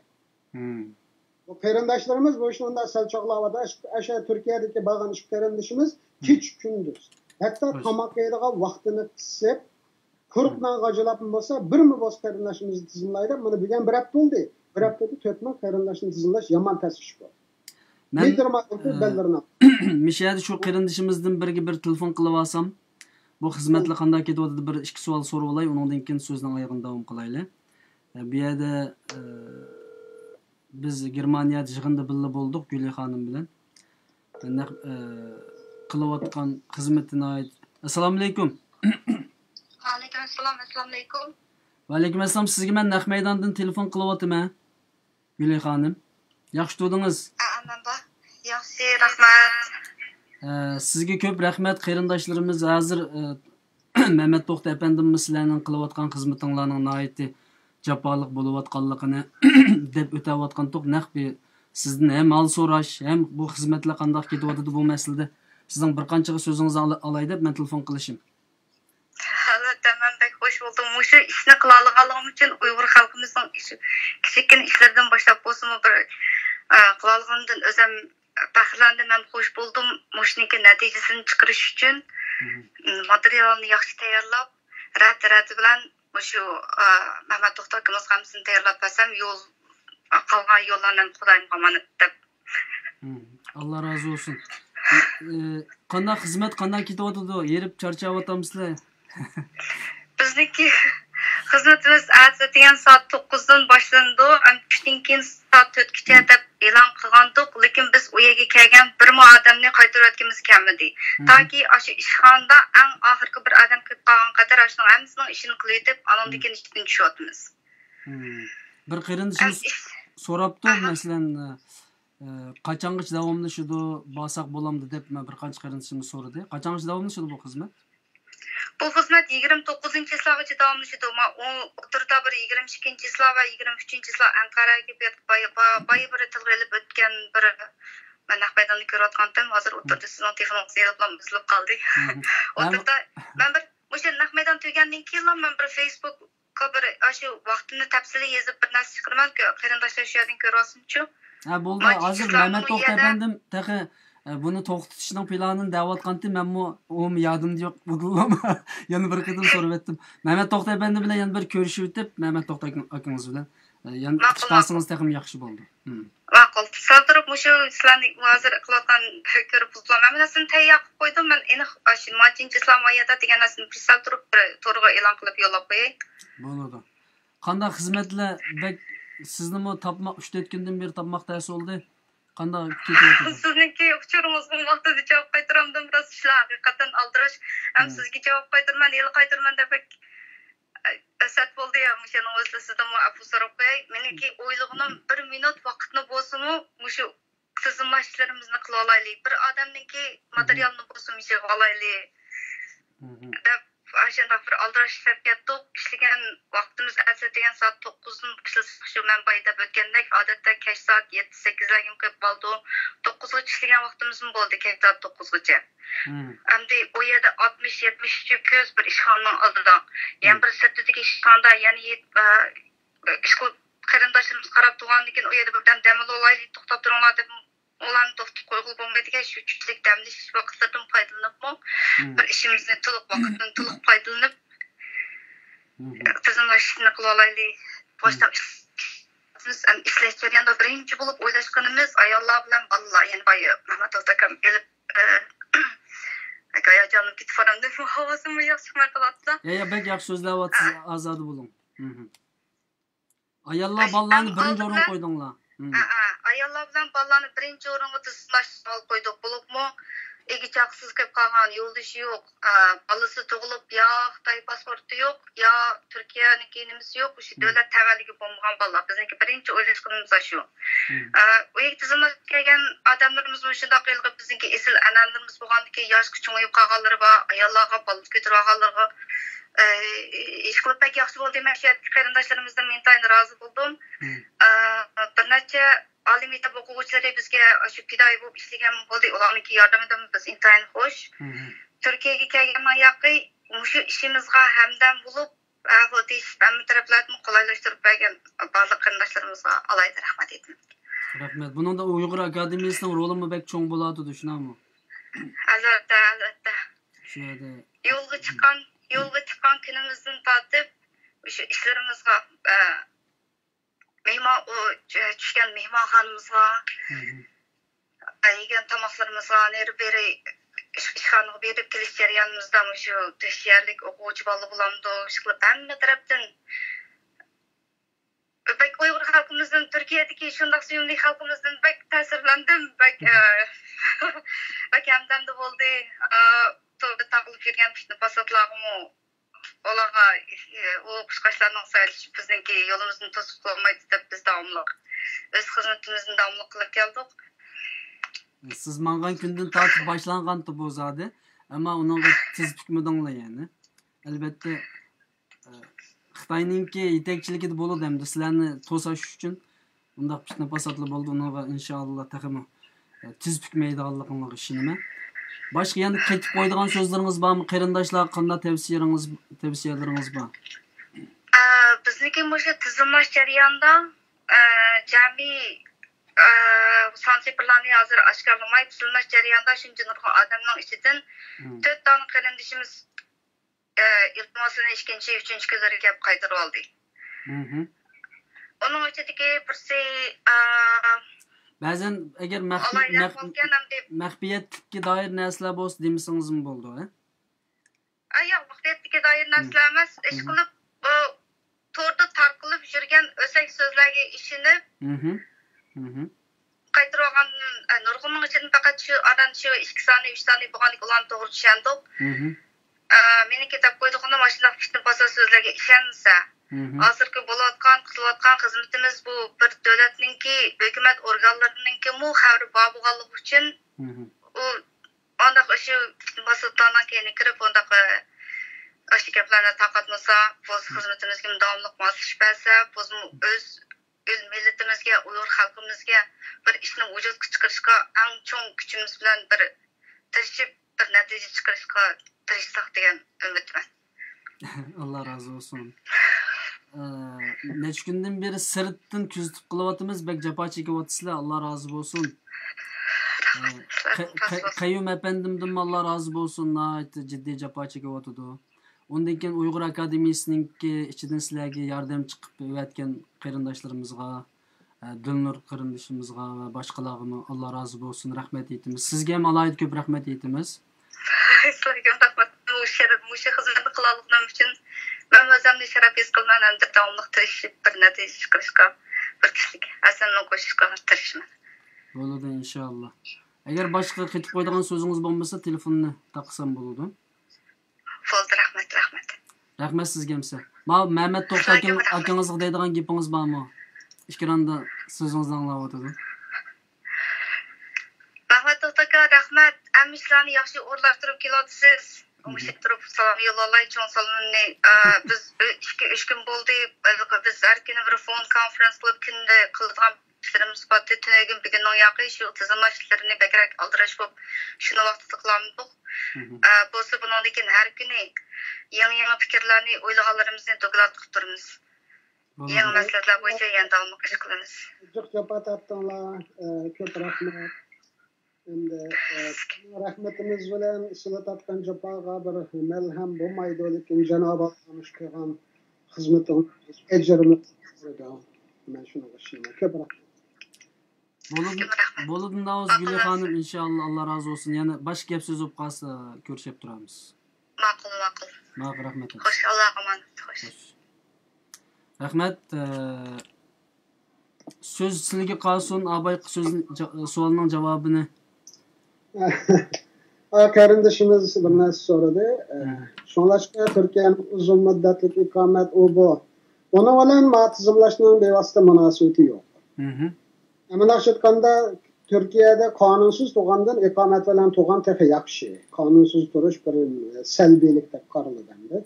Şonlashqa ikomat olgan qarindoshlarimiz ikomat bilan turaversin, o'qiganlar o'qiversin, ishlaganlar ishlayversin. Taki ishdan natija chiqishi biz xilajik bo'lmaymiz bunga. O qarindoshlarimiz o'zining normal hayotini davomlashtiraversin. İkinciden başka ülkelerge bu anadaki Kanada'daki ticaret, okuş, turmuş o neslerini soradı. Evet kardeşimiz. Biz hazır noktalık aldı Kanada'ya menavatımız. Belki Avustralya, Yeni Zelandiya'ya marketin milli kenişte. Şu yerin kege vekiller bilen paranlaştı. O taraflarga kenişi mümkün. Çünkü bu oralaştırılan kardeşlerimizin sanı bu biz oylağandan çık. Çekli vatkallarını sanacak. İkinciden Saudi Arabistan'dan özür dilerim hazır devletsiz, devlet develi yani gamız kardeşlerimizden 8-10 bin var.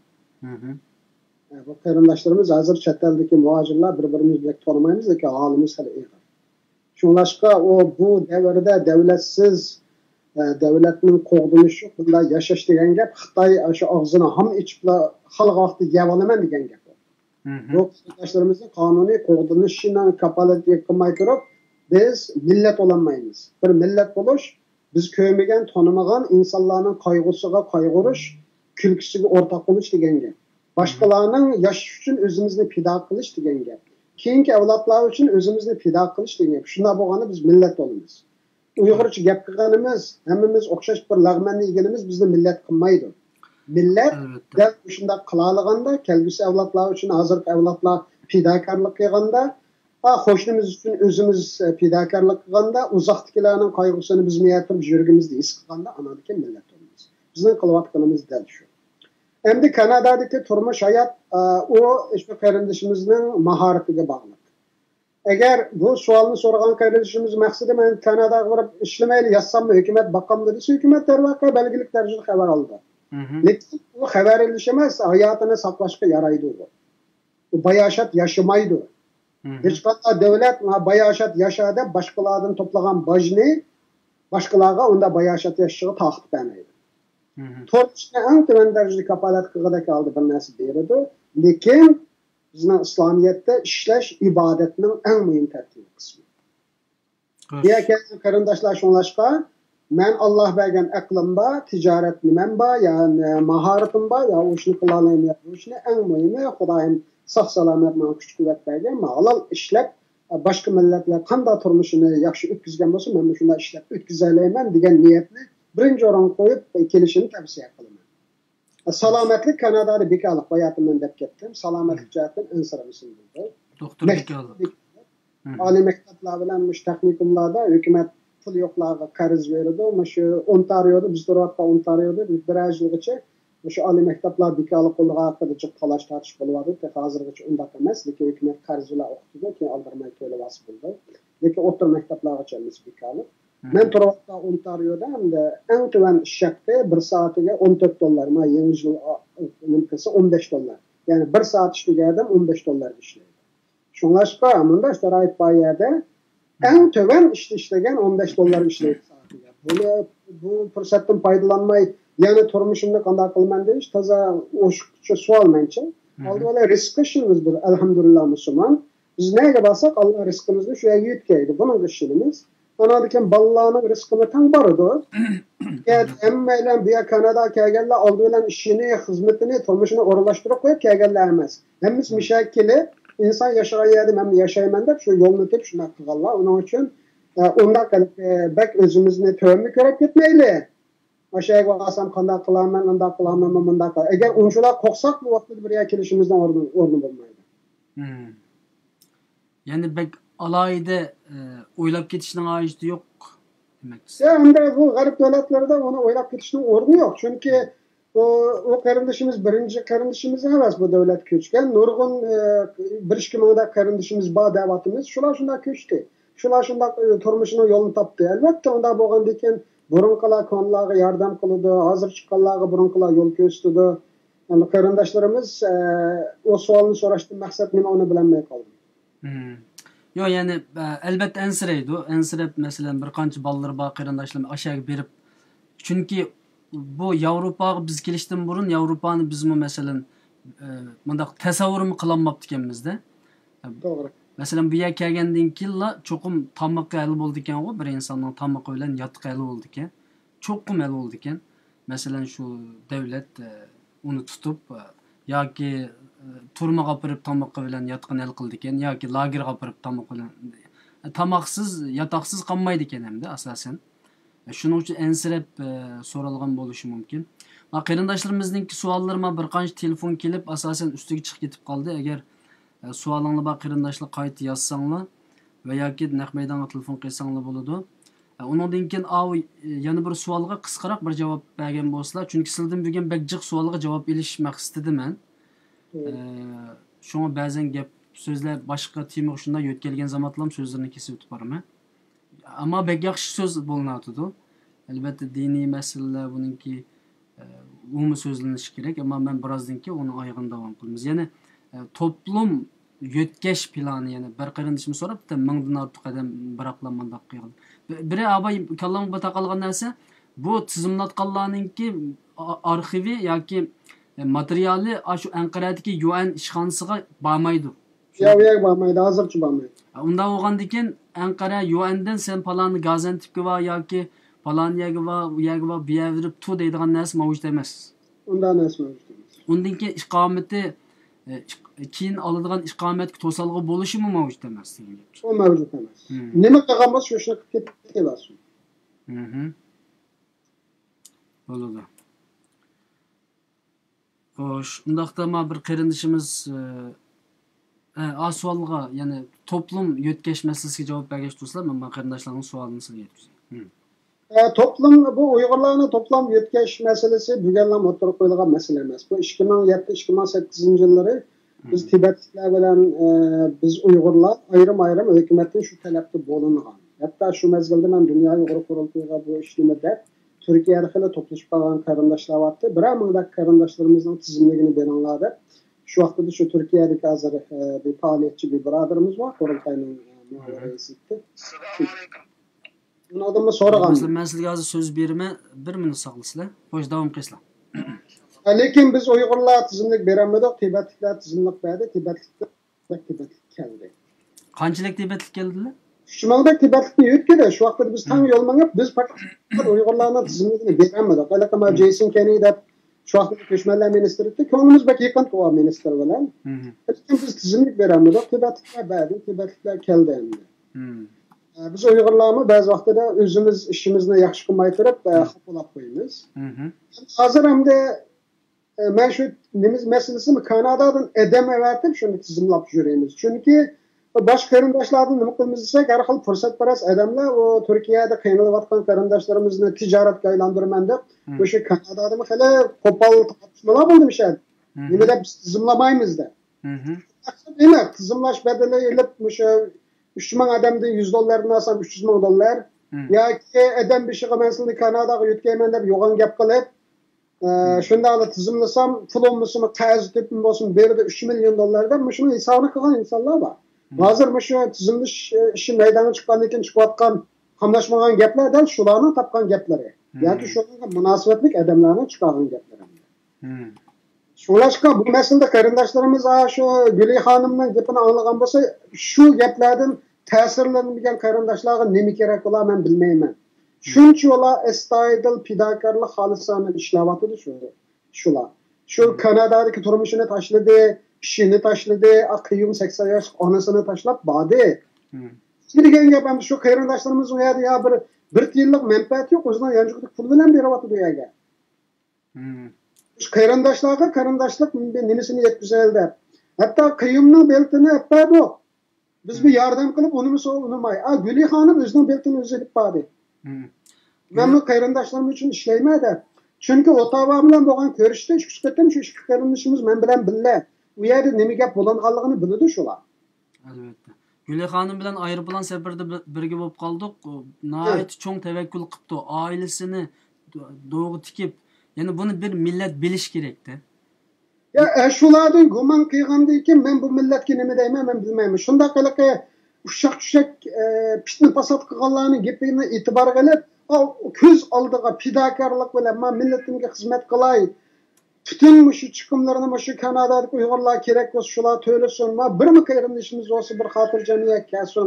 Shunda bir fidokorlik qilgan odamga rahmat demay, duo qilmay, ta'sirlanmay, yana fitna fasod qilishni degan gap.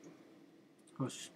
Yana bir qarindishimiz telefon qilib qoldi. Uning so'zini anglab boqili, undan keyin so'zni sizlar davom etasiz. Assalomu alaykum. Va alaykum assalom. Xo'sh, naq maydonga uribsiz.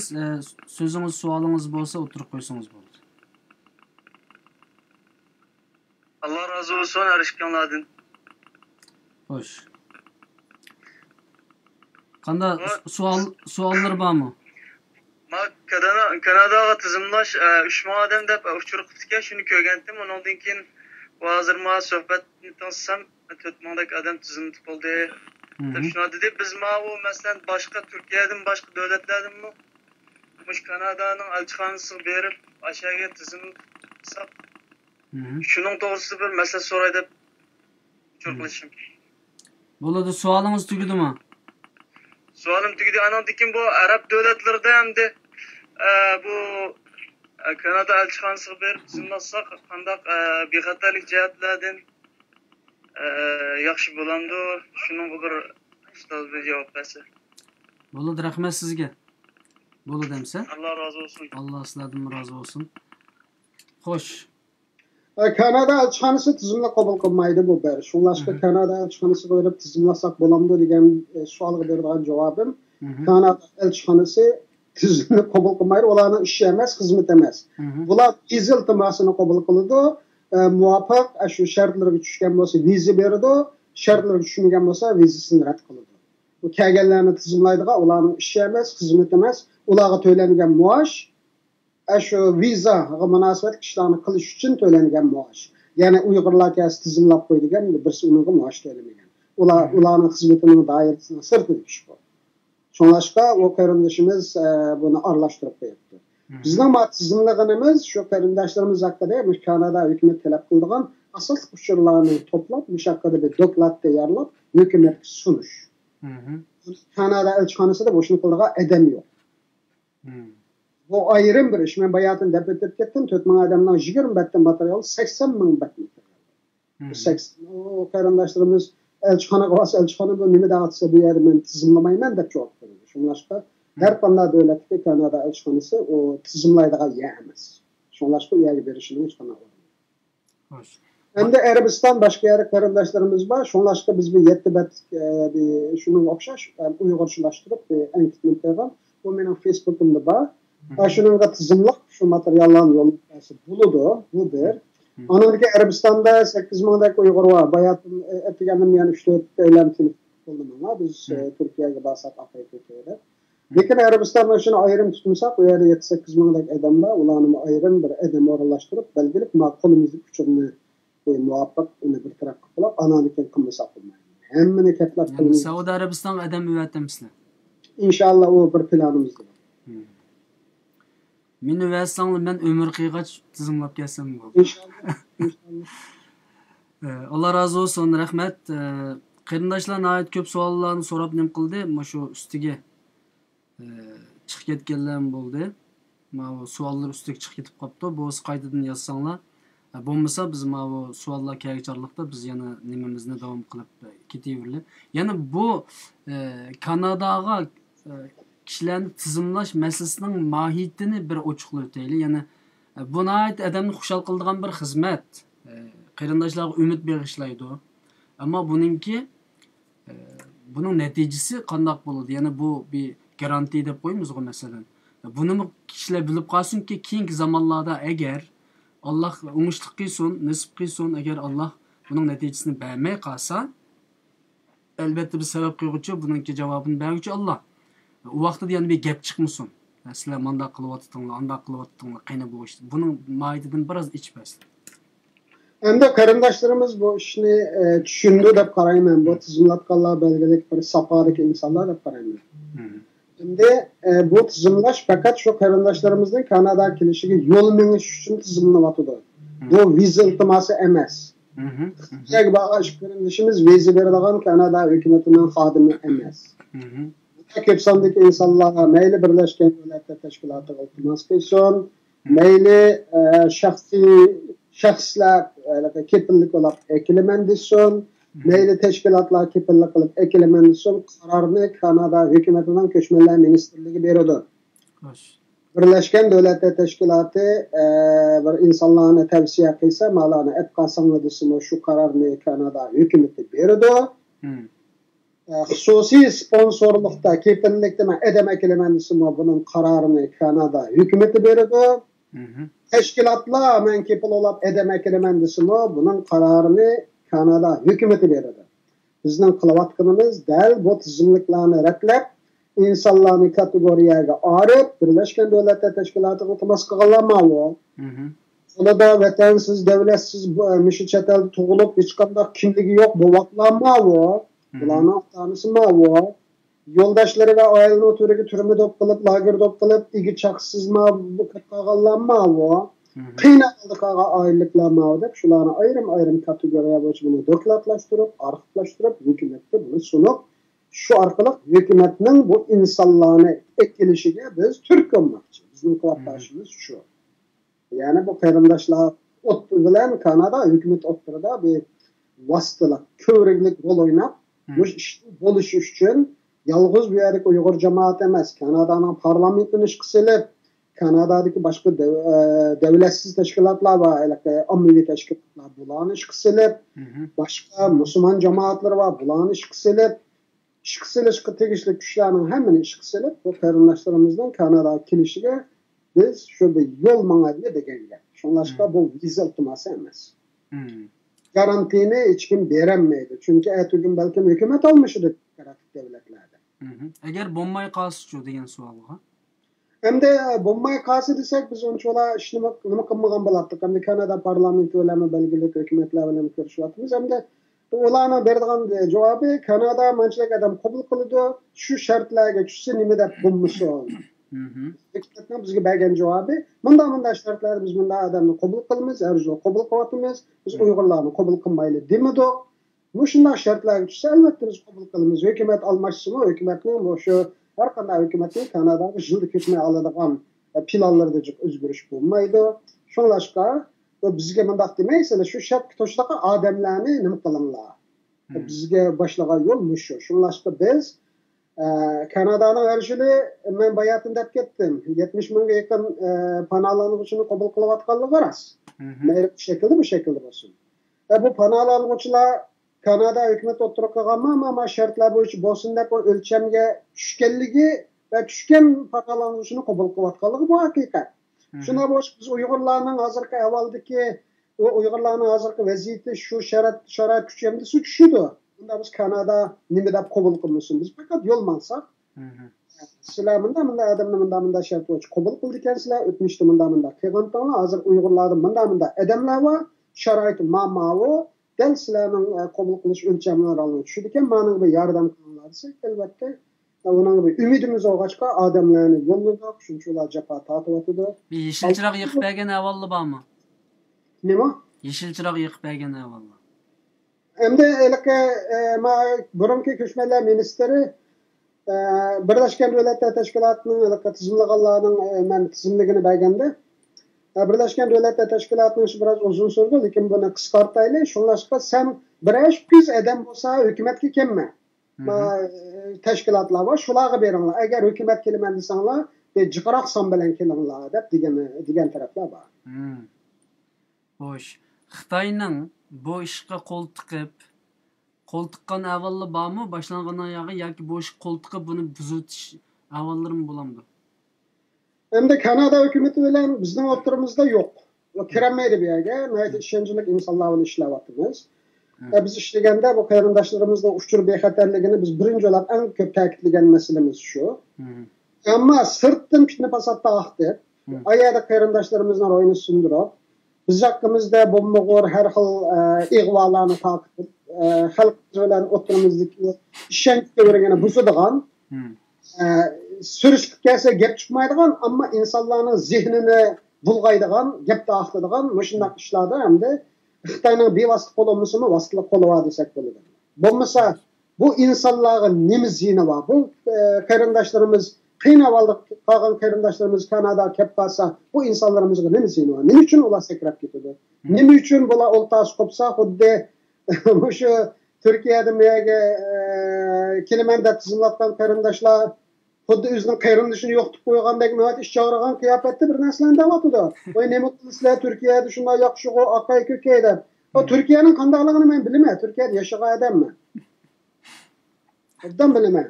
Turkiyada Suriyalik refujiyalarning qanday huquqqa ega ekanligini bilmayman. U yerlik Uyg'urlarning qaysi ahvolda ekanligini bilmayman.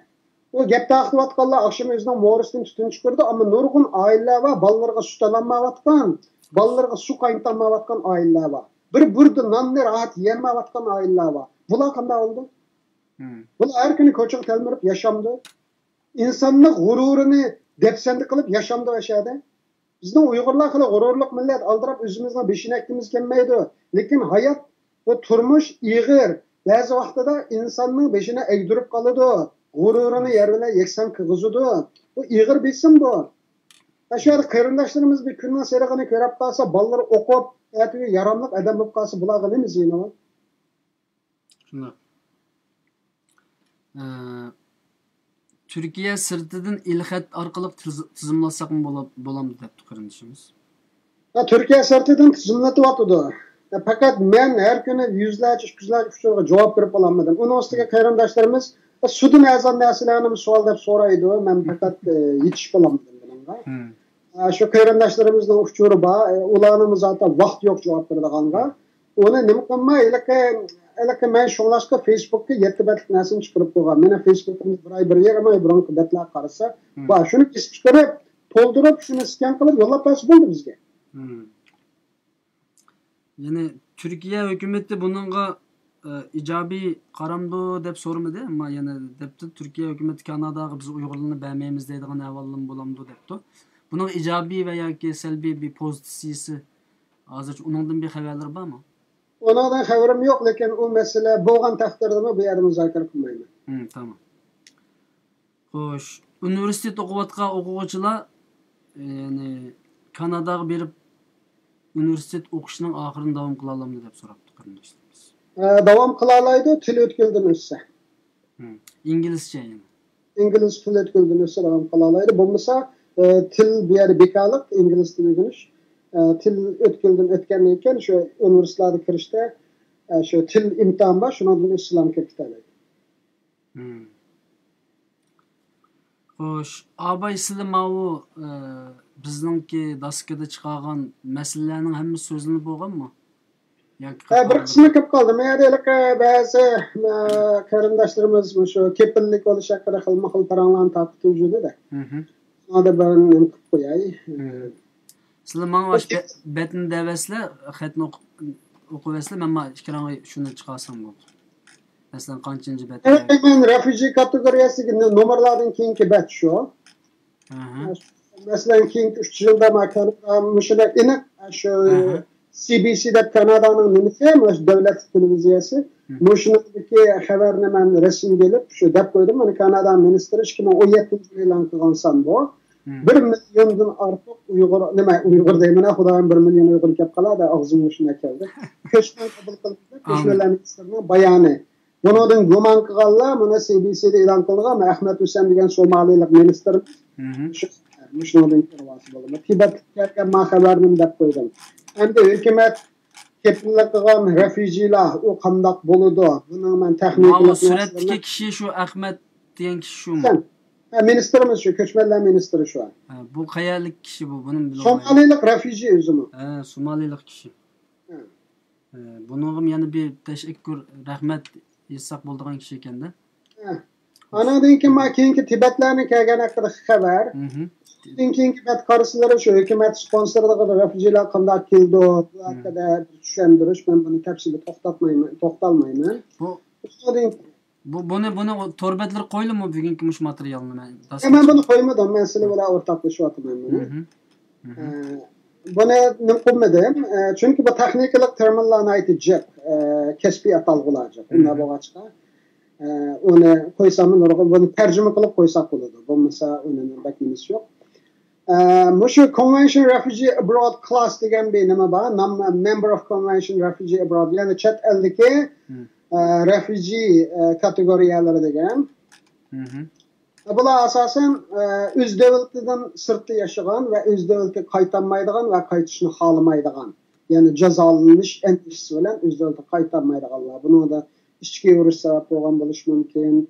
Mesela bizim vatanımızda olganda devletinin şu belgelik dindeki ve belgelik etnik gruptaki milletlerini iziş siyaseti yapılmış mümkün. Şu sebeple şu devletin cezalanışını kapıp şu juta kaytamağlarının kimisi Kanada hükümeti kabul kıldıgan şu panalanğıçlar nimesi. Hem de kimni sponsor kıldı, kepillik oldu, kim kararı verdi. Onu ben dep kettim. En asıl kararını hükümet verdi. Meyli u olsun, bu olsun, meyli yön. Birleşken Devletler Teşkilatı kanda olsun en ahırda kararını Kanada hükümeti verdi. Bizning mengavatga yerimiz berdi yani.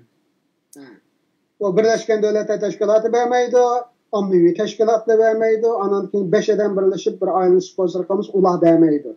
Ular fakat yol minib hükümet talep qilgan shartlarni hozirlig'uchilar bo'ladi. Hozirlangandan keyin eng oxirgi qarorni bo'ladi bo'lmaydini hükümet deydi. Şolaşki bizning mengavatganimiz dal hükümet. Hem de en ahırkı bet karısıları what we did ve biz nima kıldık, biz neyde turvatımız degan bir bet var. Müşahit ben biraz toxtılık kalayım. Hoş. Hazırki bizning qilayotganimiz hükümette yardım so'rab bulduk, parlamentdan yardım so'rab bulduk, Uyg'urlar uchun harakat qitinglar deb parlament bu ishni qilyotdi. Anadan keyin shu ehtiyojliq, qo'g'dashga ehtiyojliq shu panolanuvchilarni tizimlayotimiz, bu ishni hozir qilyotimiz. Bu işler tizimlangandan keyin anandan siyasetçiler bilan, kishilik huquq guruhlari bilan, şu panolanuvchilarga kepil bo'lgan tashkilotlar bilan, hatto Kanadadagi Birleşken Devletler Teşkilatı'nın şubesi bilan birga ishlab, buni hukumatga o'rtaq bir yolg'iz Uyg'urlarning emas, boshqa millat, boshqa tashkilotlarning maslahatida Kanada hukumatiga o'tirib qo'yamiz. Bu bizning qilgan va qilmoqchi bo'lgan ishlarimizdir. Ba'zilarini bitirib bo'ldik. Bazıları kımmak çoğaşımız. En ahir kımmak çoğaşımız şu tizimliklerini biz retlep, onu report, doklat alığa ekip boğandan keyin kıldığı işler bu. Şolaşka bunun vakti var. Hem de bunun mümkünçülüğü var mı degan sual. Mümkünçülüğü var mı degan berdiğin cevabımız mümkünçülüğü var. Çünkü ben dastlabda dep ketdim. Kanada'da her 10 Kanadalıktan yani 6-7'si yani 8'i iken, 6-7'si emas 8'i şu köçmenlerinin Kanada'nın cemiyet terakkiyatıga ve iqtisadi terakkiyatıga musbat töhfə qoşqanlığı işinidir Kanada'da. Yani 80% Kanadalık köçmenlerinin keliş taraftarı. Yani her 10 Kanadalıktan 6'sı Kanada'ga cık köçmenler kevatamdı degan sualga ya ben koşulmayman Kanada'ga cık köçmenler kelgini yok deb cevap berganlar, yani 60%. Yani Kanada onun üstüge Avrupa ve Amerika'ga o'xshash kutuplarga ayrılgan bir devlet emas. Çünkü Kanada'da aqtallik ve aqla üstünlüğü degan Avrupa ve Amerika'da bo'lgan siyasi iqlimlar Kanada'da cheklangani uchun Kanada ko'p millatlik, ko'p madaniyatli, ko'p yillik davlatni o'zi shunday ta'riflagani uchun ko'chmanlarga nisbatan yaxshi nim bo'layotgan.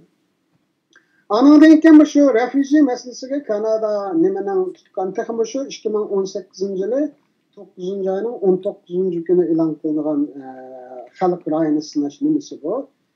Shu Pew deb xalqaro bir ray sinash shirkati bor. 74% adam Kanadadagi shu refugeelarning Kanadaga kelishini qo'llaydi. 74% Kanadalık. 22% qarshi turdi, 4% bu haqida ya gap qilmagan ya fikr yo'qlar. Yani shunda bo'lg'achqa Kanadada bu ko'chmanlik masalasiga nisbatan ommaning qo'llashi yuqori bo'lg'achqa bu Kanadaning federal siyosadida naytli cho'ng rol o'ynaydi.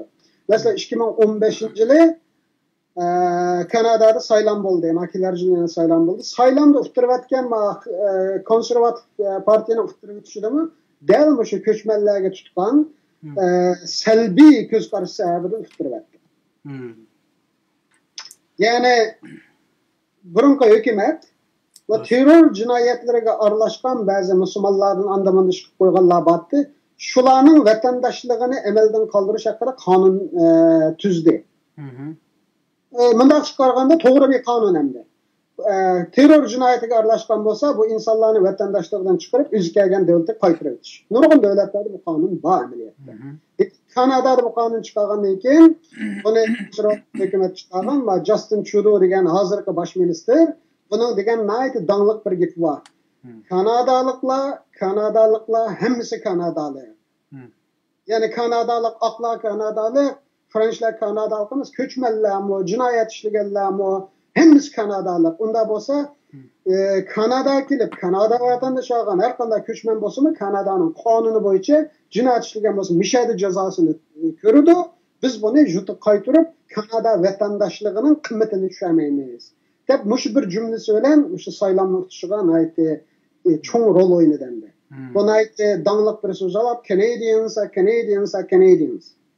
Yani kim bo'lishdan qat'iy nazar, men Kanadalik deganlarning hammasi Kanadalik. Mayli jinoyatchi olsun, terrorist olsun, kim bo'lsa bo'lsin, jinoyat ishlagan bo'lsa jinoyatining bedelini to'laydi, terrorist bo'lgan bo'lsa turmada yotadi.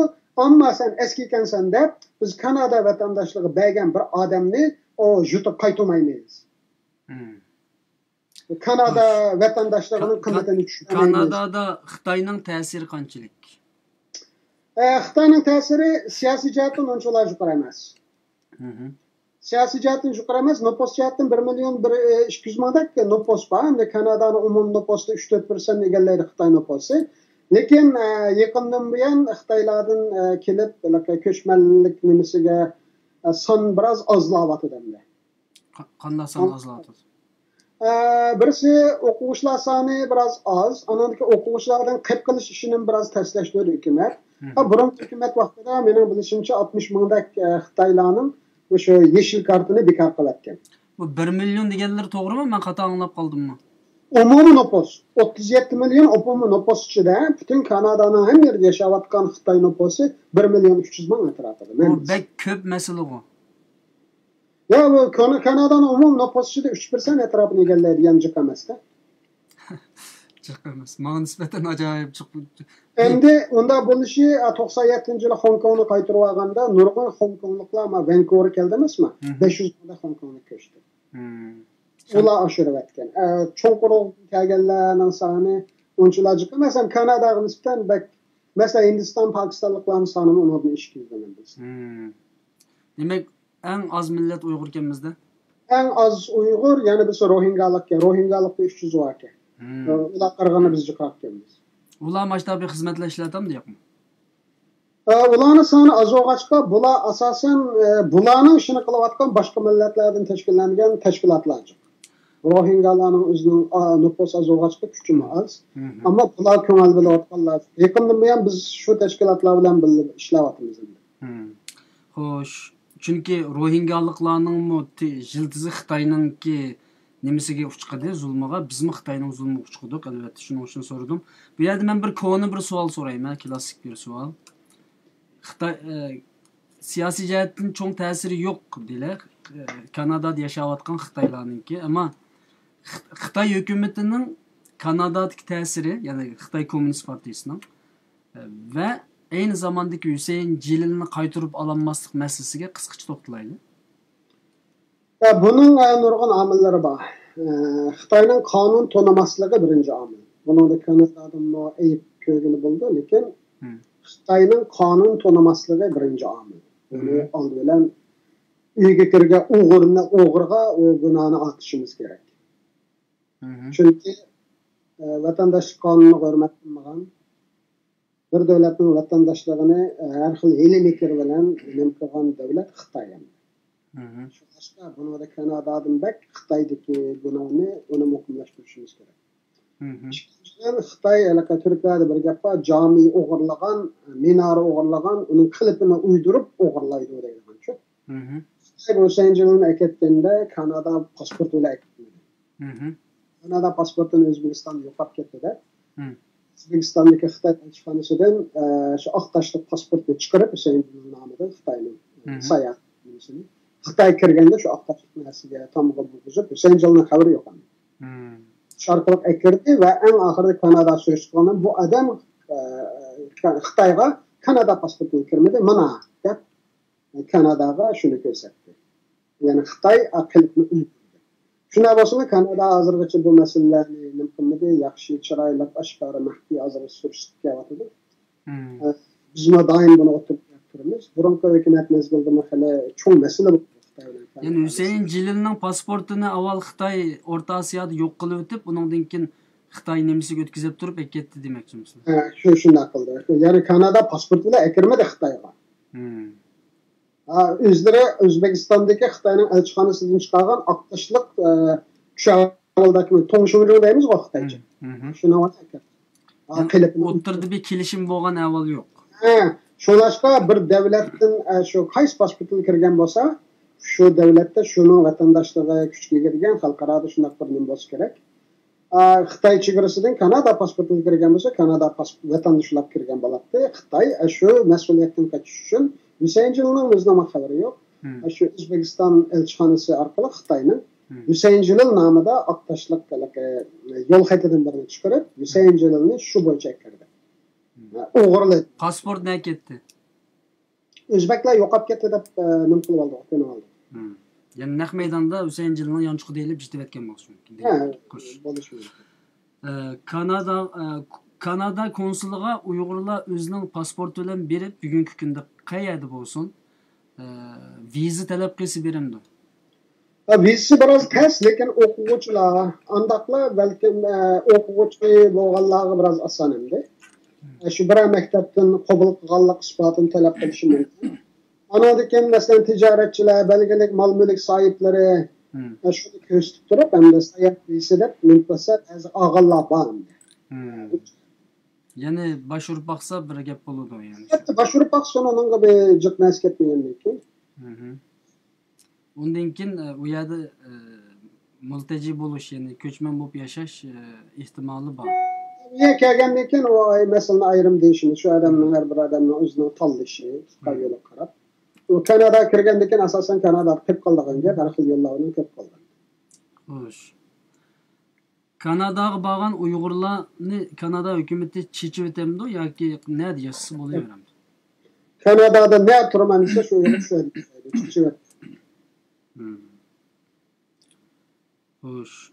Qancha yilda vatandoshlik berdi debdi? Kanadada normalda 4-5 yilda kirgan kundan boshlab 4 yil 5 yilda vatandoshlik bo'lib qoladi. 4-5 yilda vatandoshlik berib bo'ladi. Pasportsiz tizimlasak bo'lamdi debdi. Shu pasport bo'lmaganlar pasportsiz tizimladida. Bu yerdan bir da'vatimiz, nima da'vatimiz? Pasportning vaqti o'tib ketgan, pasport yo'qolib ketgan, davlat tavalligisiz. Ama hiçimiz kimligini ispatlaydigan bir narsa olsun-da ya diplomasi ya kimligi bir nimasi bo'lsin, ya kopyasi. Tamam. Bazı qarindoshlarninki nimasi savoli ustiga chiqib qoldi. Shuning uchun u qarindoshlar qayta so'risi bo'ladi. Nurg'un qarindoshlar o'zlariga rahmat aytibdi. Amaliy xizmat qilayotganliginlar uchun albatta Dunyo Uyg'ur qurultayimi buning sohibi, ya'ni tashkillovchisi va sizlardek Kanadada bo'lsin, mayli boshqa yerda bo'lsin, amaliy xizmat qilayotgan qarindoshlarimizga, akalarimizga rahmat debdi. Ko'p duolarni qilganlar bor ekan. Allah razı olsun. Dualar qabul olsun. Xo'sh, Alloh razı olsun. Ya'ni sizningcha masalan bu Kanadaga bu men hayron qoldim. Son qancha edi? Tizimlashning maqsad qancha edi? Mening shu 3-4 ming atrofida edi. Chunki aslida mening planimda 2500 atrofida adam tizimlashdi. Chunki hozir qo'limizda 200 dan ortiq shu Birlashgan Davlatlar Tashkiloti iltimos qilgan qarindoshlarimizning materiali bor. Anadan keyin men shu materialni, shu ma'lumotni to'plaganda qo'limizda 130 dak davlat tavalligi inoqolmagan bolalarning nimasi kelgan. Hozir 200-300 ga yaqinlashdi deb qarayman. Istimini yo'qlamda bir sonimadim. O 200 desekmi, bu 200 degan bir balaning hamda bir onasi bir dadasi olsa 3 can 600 degan gap. Birdan qarindish olsa 800 degan gap. Hozir qo'limizda 800 davlat avvalgini o'qimagan bola va ota-onalar bilan qo'shilib nupus bor. Ana 200 dan ortiq Birlashgan Davlatlar Tashkiloti iltimos qilganlarning materiali bor. Ana Turkiyada tizimlangan shuni bilan qo'shsakmi, hozir qo'limizda 5000 dan ortiq insonning tizimligi bor ekan. Mencha tizimlayotganlarni pat yaqinda uni to'xtatib, chunki o tizimlash oson, biroz jafo tortgan bo'lib, bu materialni redlab hukumatga sunish yomon ta'sir shu. Chunki har bir odamning bir betlik qisqacha hikoyasi yozildi u yerda. Ma inson munda. Chunki bu qushqash operatsiyasi emas, bir qushqashni operatsiya qiliblar, mana bir qushqashning jigiri 10 qo'l tarafda ekan, butun qushqashlarning jigiri 10 qo'l tarafda deydigan ish emas bu.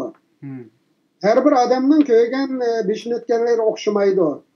Shunlashqa har bir odamning o'xshamagan darajada bir betlik bo'lsa ham bir hikoyasi yorilindi, o'zining kechirmishi. Anadaki asosli uchurlari bu qo'shilib, nima deb bu odamni Kanada qabul qilish haqida umumyuzlik bir dokladdan boshqa, o'sha 5000 qarindishimiz haqida. Anadaki bularni kategoriyaga araydigan gap, bayatim men degandek, davlat avvalligini qo'ymaganlar, pasportni yaqinda vaqt o'tib ketdi, davlat avvalligi aniq bo'lmaydigan olg'i tushib qoldiganlar, anadaki bovoqlar, anadaki ko'p oilaliklar debchi. Kategoriyaga arab, har bir kategoriya bo'yicha report tayyorlab, anadagi har bir qarindishimizni bir arxivini to'g'izib, buni hukumat yo'llaydi. Shunlashqa tizimlaganimiz bilan ishlar kechib ketadi. Yana 5-6 ming son jiqsan o. Ishlab to'satmi, shundan bir 500 kasmi hamda bir cho'ng ish qilgan bo'limizda. Ya meni hayron qolganim, menchi 1000 odam aran tizimlatamiki deb o'ylagandim. Nimishqa desa bu Turkiyada furoq intayin Eğer yani bu Avrupaga basıp olmaydı ya Kanada, bu Amerikaga bu tuyuqsizlam 4000 adamning tizimlanishi meni haqiqatan hayron qoldirdi. Bu yani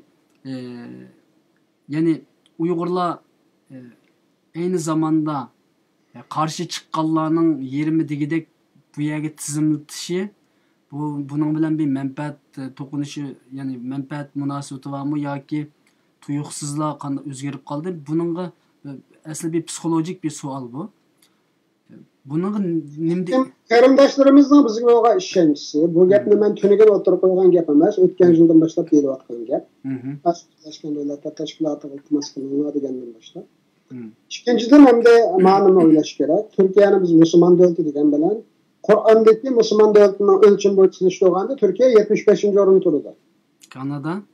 Kanada 3-o'rinda turadi. Qur'ondagi mush adolat, bolalarning huquqi, qo'lim qo'shnichilik, oila huquqi, ayollarga bo'lgan hurmat, yashanganlarni asrash, ya'ni mushu qatorliq erkinlik, mushu ya'ni Qur'ondagi bir davlat bo'lish o'lchamlarni tatib chiqarib, shu bo'yicha solsa Kanada 3-darajalik islom davlati. Buni George Washington University'ning shu musulmon olimlar shu Qur'onda bir g'oyibona islom davlati qanday o'lchamlar bo'yicha bo'lish kerak deb 3-darajalik islom davlati desam bu qarindoshlar boshqacha anlaolmasin, ya'ni Qur'ondagi islomga amal qilishda 3-darajada turdi deb biroz shiliqlayli gapni. Yo'q, endi buni meni gapim emas, George Washington University professorlarning degan gap. Qur'on o'lchamlari bo'yicha davlatlarni tizimlaganda ben o'ylamagandim, Islandiya 1-darajalik islom davlati. İslam. Ya Islamic State Qur'ondagi islom davlati. Ya'ni payg'ambar islom Mekkadan, buni Madinadan Mekka qaytib kelganda bir davlat qurdi. Albatta. Bu davlatdagi adolat o'lchamlari, davlat normlari, shariat sistemasida 3-qator turdi. Shu 3-o'rin turdi. Masalan, Gollandiya 8-9 o'rinda turdi ekan Gollandiya. Shariat ijro. Demakki, mesela $1000 pullar bilan bir portmal yo'qolib ketsa, Kanadada ya Gollandiyada shu portmalni tepaverish nisbatlari 80% yuqori. Turkiyada 10%. Bundan desak bo'ladi. Haqqini yeyish islomiyatda cheklangan, shunaqmi? Albatta. Demak, musulmon davlatlar haqqini yeydi. Bilimiz bo'lmas shuni, ma tepag'an ma portmaldagi $1000 pul mening emas. Haqqning haqqi. Buni men egisi qaytarib turishning yo'lini qilay, damni qashadi, taqvoli qashadi ishlaydimda. Taqvoliqga hech kim ko'rmas, Alloh ko'radi deb o'zimizni kontrol qilish bor. Demek ki aşağıda kılanmaydı demek ki Müslüman devletler ama yani Muhammed Akif Ersoy'un Türkiye'deki danlıklı bir şair ve feylasuf şuna degen gibi var. Ben Müslüman devleti köy bağdım, Müslüman köydim, İslam köymedim. Ya Avrupa garip devletlerine bağdım, İslam köydim ama Müslüman köymedim dedim. Şu an İslam bilen Müslümanlık beyaz köyünde okşamagan hükümlerini bildirip de. Elbette. Yani bir kardeşimiz telefon kuttu sözünü anlap bakalım. Esselamu Aleyküm. Sözünüzde oturup koysanız bana. Hüseyin Becerli Ustaz bana aldı tezakma. Elhamdülillah. Ben küçük bir soru soraydı gentim. Hoş bulduk. Bayan Mehmet Doktor'dan bir sözünde bütüp gitti. Okuyuşlarınki viziyasyon münasebetlik sözüne depagente azırak kısa kulak kaldı dep oylap şuna telefon kılsam. Okuyuşlar Kanada vizisiga iltimasga vaqtimizda Kanada'daki ali mekteplerde okuş için iltimas kılsak biraz kolay mı yoki Türkiye'de okuyotgan okuvchilik materialları arqali vizaga iltimas qilsa yaxshi bo'lamdi shu to'g'risida maslahat bergan bo'lsa deb so'ramoqchi edim. Rahmat. Mehmet Doktor efendim sual tushunishlik bo'ldimi? Tushunishlik oldu. Bu savolning bir qancha javob berdim. Birisi Kanada bilan Turkiya va nurg'un davlatlar o'rtasida xalqaro o'quvchi almashtirish, ya'ni guest student program. Shuna bir programmasi bor. Masalan, Turkiyada o'qiyotgan shu oliy maktab bilan shu oliy maktabning nimasiga kirib, Kanada bilan qaysi oliy maktab bilan sizlarning bir bari keldi munosabatinglar bor. Men shu Kanadada bir mehmon o'quvchilik turib kelgim bordi desa, shu maktablarni o'rnashtiradigan shuna nimasim bor, imkoniyatim bor. Bu nayt umumyüzlük bir avval nurg'un oliy maktablarning Kanada va Amerikadagi nurg'un oliy maktablar bilan shunday do'stona munosabati bor, bir-biri bilan o'quvchi almashtiradi. Bu bir eng zahmatsiz, eng xotirjam yo'ldan birisi shu. Ikkinchidan, ma'lum bir kasbda o'qiyotgan bo'lsa, shu kasbning eng yaxshi maktab Kanadada bo'lsa, shu orqali şu öz okuyotgan şu Türkiye'deki mektepnin tavsiyesiyle şu Kanada bilan aloqalash ikinci biri yok. Umu bir kesbi narsani nishon qilgan uchun viziyatning qulayliklar bo'ladi. Eng yaxshi bir maktabda men maktabda o'qimak istagan ekan, shu maktablar bilan maktablar aloqalashsa, garchi bevosita munosabat bo'lmasa-mu, o'quvchilik yordami bu narsalarni shu maktablar aloqalashganda, masalan Turkiyadagi bir oliy maktab, Kanadadagi eng shu kasbning eng yaxshi ügütələrdən şu məktəblə əlaqə qilganda, yəni bir məktəb bir oxucuunu tanışdırğan bolsa, çoxum bu oxucu yaxşı ekan degan bir nima beradi, ta'sir beradi. Şunlar oxuş yardım pullar ona erishish mumkin. Bu ikinci bir yolu. Faqat hech nimam yo'q, məktəb bilan aloqalashmay o'zimdan qilaman desa, men bunday ish kelganda, ko'chmanlar yoki sirtdan o'quvchilarni pek özgü celp kılanmaydıqlar mekteplerini tanlasa, bularning o'quvchilarni qabul qilish qog'oz chiqarib turish osonroq. Masalan, nayt dangliq undaq universitetlarni tanlasa, ular iltimos qildiganlar jiqo'ga chiqadi. O'qish puli qimmat, turmushimiz qimmat, bir muncha chiqim yoki yerimini yaqizlaydi o'qish pulining shuni bilan tashkil qilib. Uningdan Ontario, Quebec va ba'zi maktablar emas, halaqa chatroq bo'lsin, ba'zi kichikroq o'lkalardagi oliy maktablarning o'lchamlari biroz tuvan bo'ldi. Ular sirtdan o'quvchi jalb qilinmagan ekan, bir o'quvchi qo'limizdan chiqmasin deb ularga biraz sharoitni kamroq qilib bergan. Bu bir yo'l. Diplomlarni ko'rsatib, maktabdan professorlardan xat olib, mana shuni o'qimoqchi edi.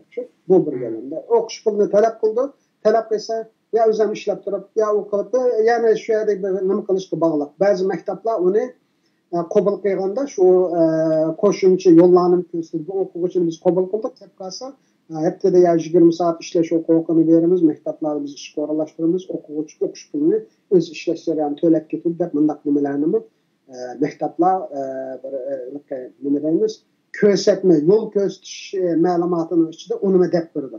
Shuningdek bu narsalar viza berishda qulayliklarni saqlaydi. Allah razı olsun.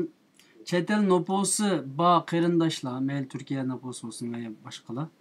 Bunun da viza iliş meselesi ve tizimletiş meselesi ikisini bir. Hem de viza iliş meselesi ben bir vasıta bir narsa deyişim ters. Kanada'nın her bir devlet koyulan viza ölçümü okşumaydı. Kolumuzda nano pasportu mesela, Türkiye pasportu mu, Arabistan pasportu mu, o mu, bu mu? Her bir devletin işte, devletin elçixanası kirse, qo'ygan viza o'lchamlari bunda degan o'lchamlar bor. Shu o'lchamlar qaraganda eng yaxshi shu davlatda turishdi Kanada elchixonasining tor betini. Bu bir. Hatta ularga xat yozsam bo'ladi. Men shuna viza iltimos qilmoqchi debchi. Men nima talab qilsa desa ular uchur yo'llaydi. Bu eng cho'qqay yo'li. Biz umumiylik qilgan bilan har bir davlatga konkretni viza siyosati bo'lg'achqa biz o konkretni narsalardan yada bilmaymiz uni. Shunlashqa shu davlatga Kanada elchixonasining tor betiga kirish eng yaxshisi.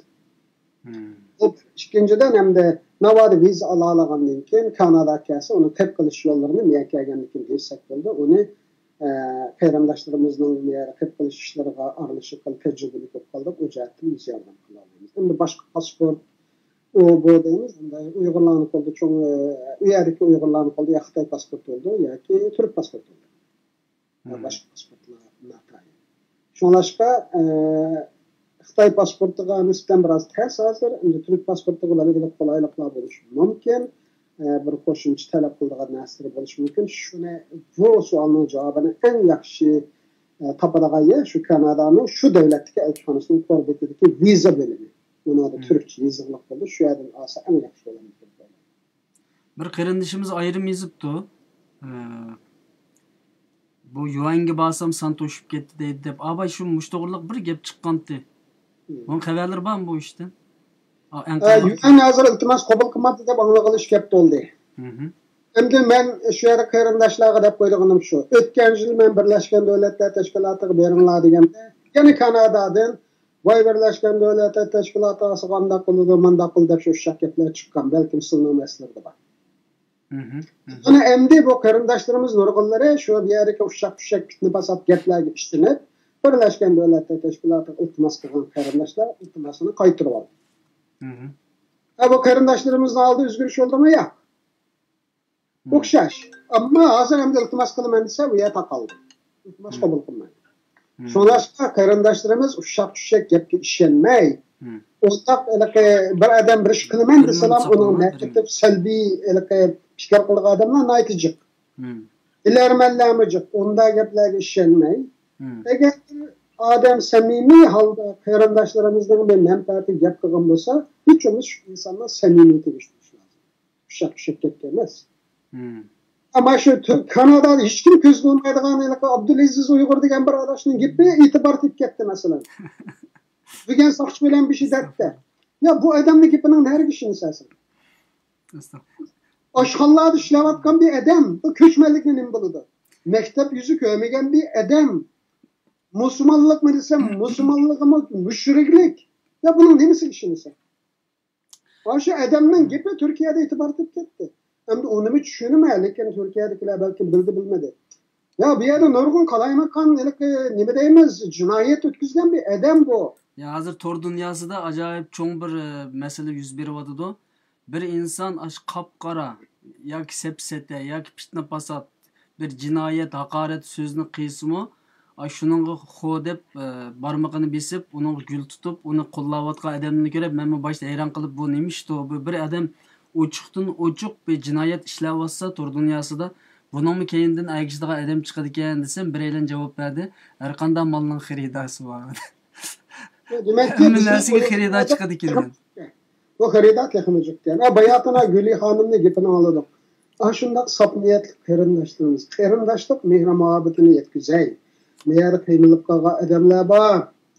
To'xtabdi, mushularga bir foydam tegsin deb bütün menfaatini voz kechib, ishidan voz kechib bir millatning issiq bir mehribonligini boshqalarga his qildiray. Agar qarindoshlar o'zini yolg'iz his qilmasin, shularning tortayotgan jafolarini, shuni o'ylayotgan odamlar bor ekan deb ichimiz ko'ngli illib qolsin deb shuna bordi. Shuningdan ta'sirlanmay shu fitna fasod qilgan odamlarga nima deymiz endi? Bunchalarni nadonlik bo'ladi. Yani bir işinin hatalıqını bilip durup bunu qo'llash hem de acayip çoğun bir cinayet aslında. O jiq bo'ldi o'tgan yildan buyon urro deb shart olab shunday qilganlarni bozatib ketdi emasmi? Yolg'on gaplar bilan. Yevropada taqay. Shunlashqa ba'zi qarindoshlarimizni biroz aqlli bo'lish lozim, hushyor bo'lish lozim. Xitoylar o'yintyapti ba'zi narsalarni, ya'ni qarindoshlarimiz deyotganimiz shu. Agar bu tashkilotlarimizga ishonish kerak. teşkilatlarımız qarindoshlarni Aleykümselam, bir minut saqlang. Xo'sh. chet elda o'sha tashkilotlarni qurib Uyg'urlarga foydamiz olsun. Jiq fidokorlik qildi bu Yevropa, bu Shimoliy Amerikadagi birinchi avlodlar.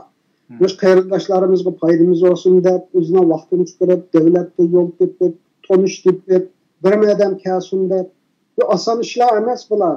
Bu fidokorlik bilan bo'ladi, o'zining menfaatini qarib qo'yganda bo'ladi. Birma Uyg'urim bo'lsa, o'shaga kelib o'rinlashsin deb.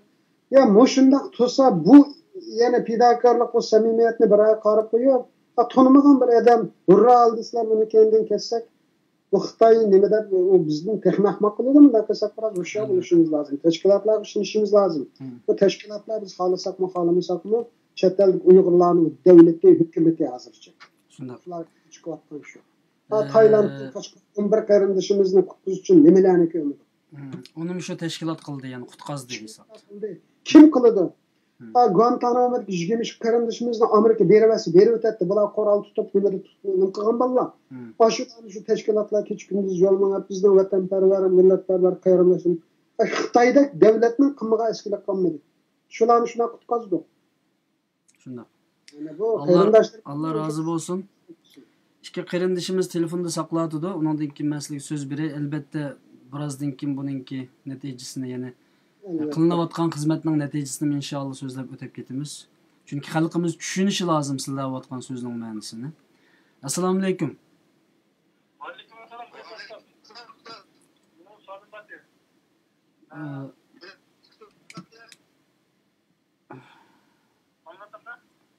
Endi chiqdi ovozingiz, so'zlang. Assalomu alaykum.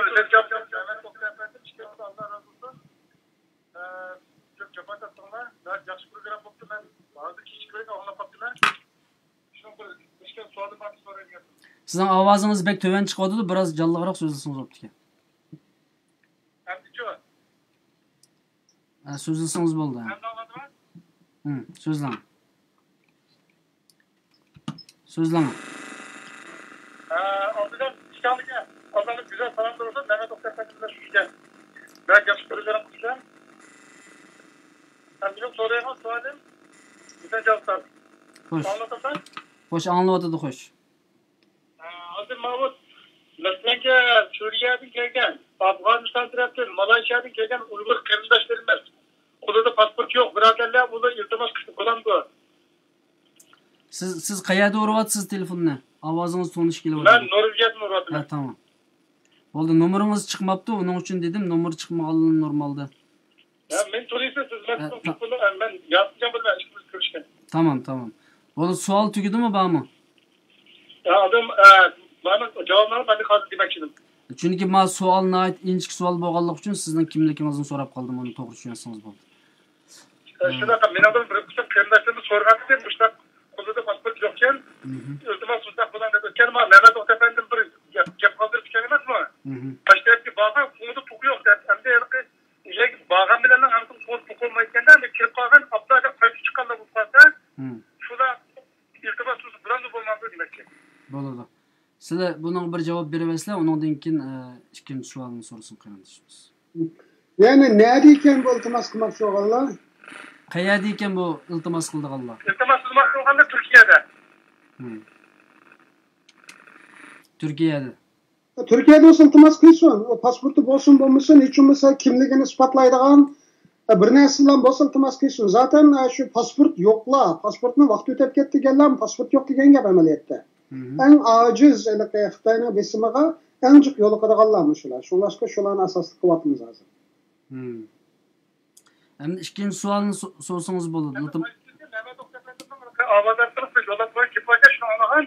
Endi bu Afganistan'da Suriye tarafından çok yok. Vallahi burada da desteklerim. Diğer babaların hamısı fukarı gibi olmaydı. Şunun mesenge aşağı gibi ezikleri kiripleri kaldırıp kalsa limana kokmay aş pasport yok olsun iltimasız bulamsın da. Afganistan'ga mı?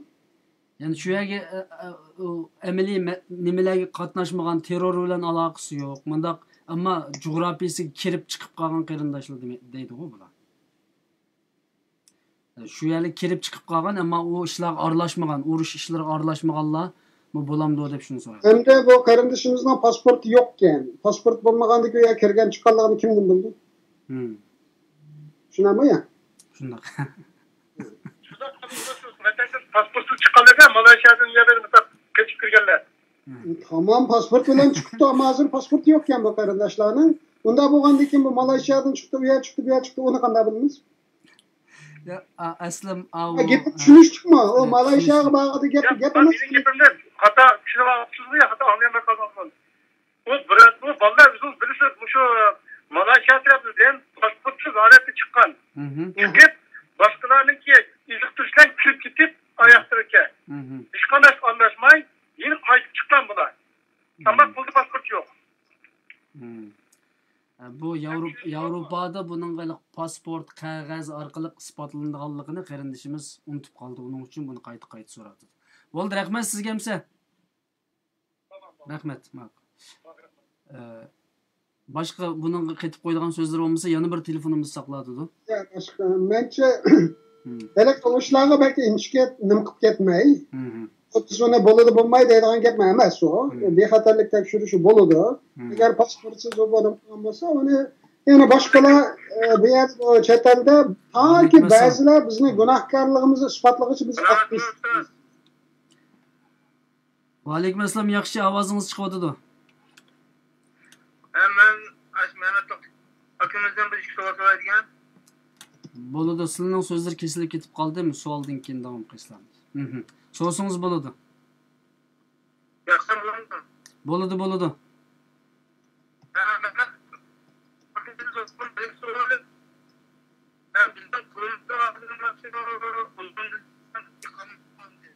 Sizningki ovozingiz uzilib chiqyapti-da, bo'lsa bir ullugrek gap qiling, ha?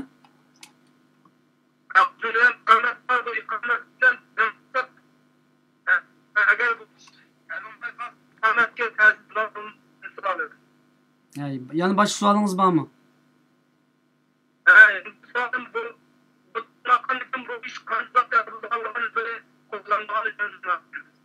Haydi bir sorana.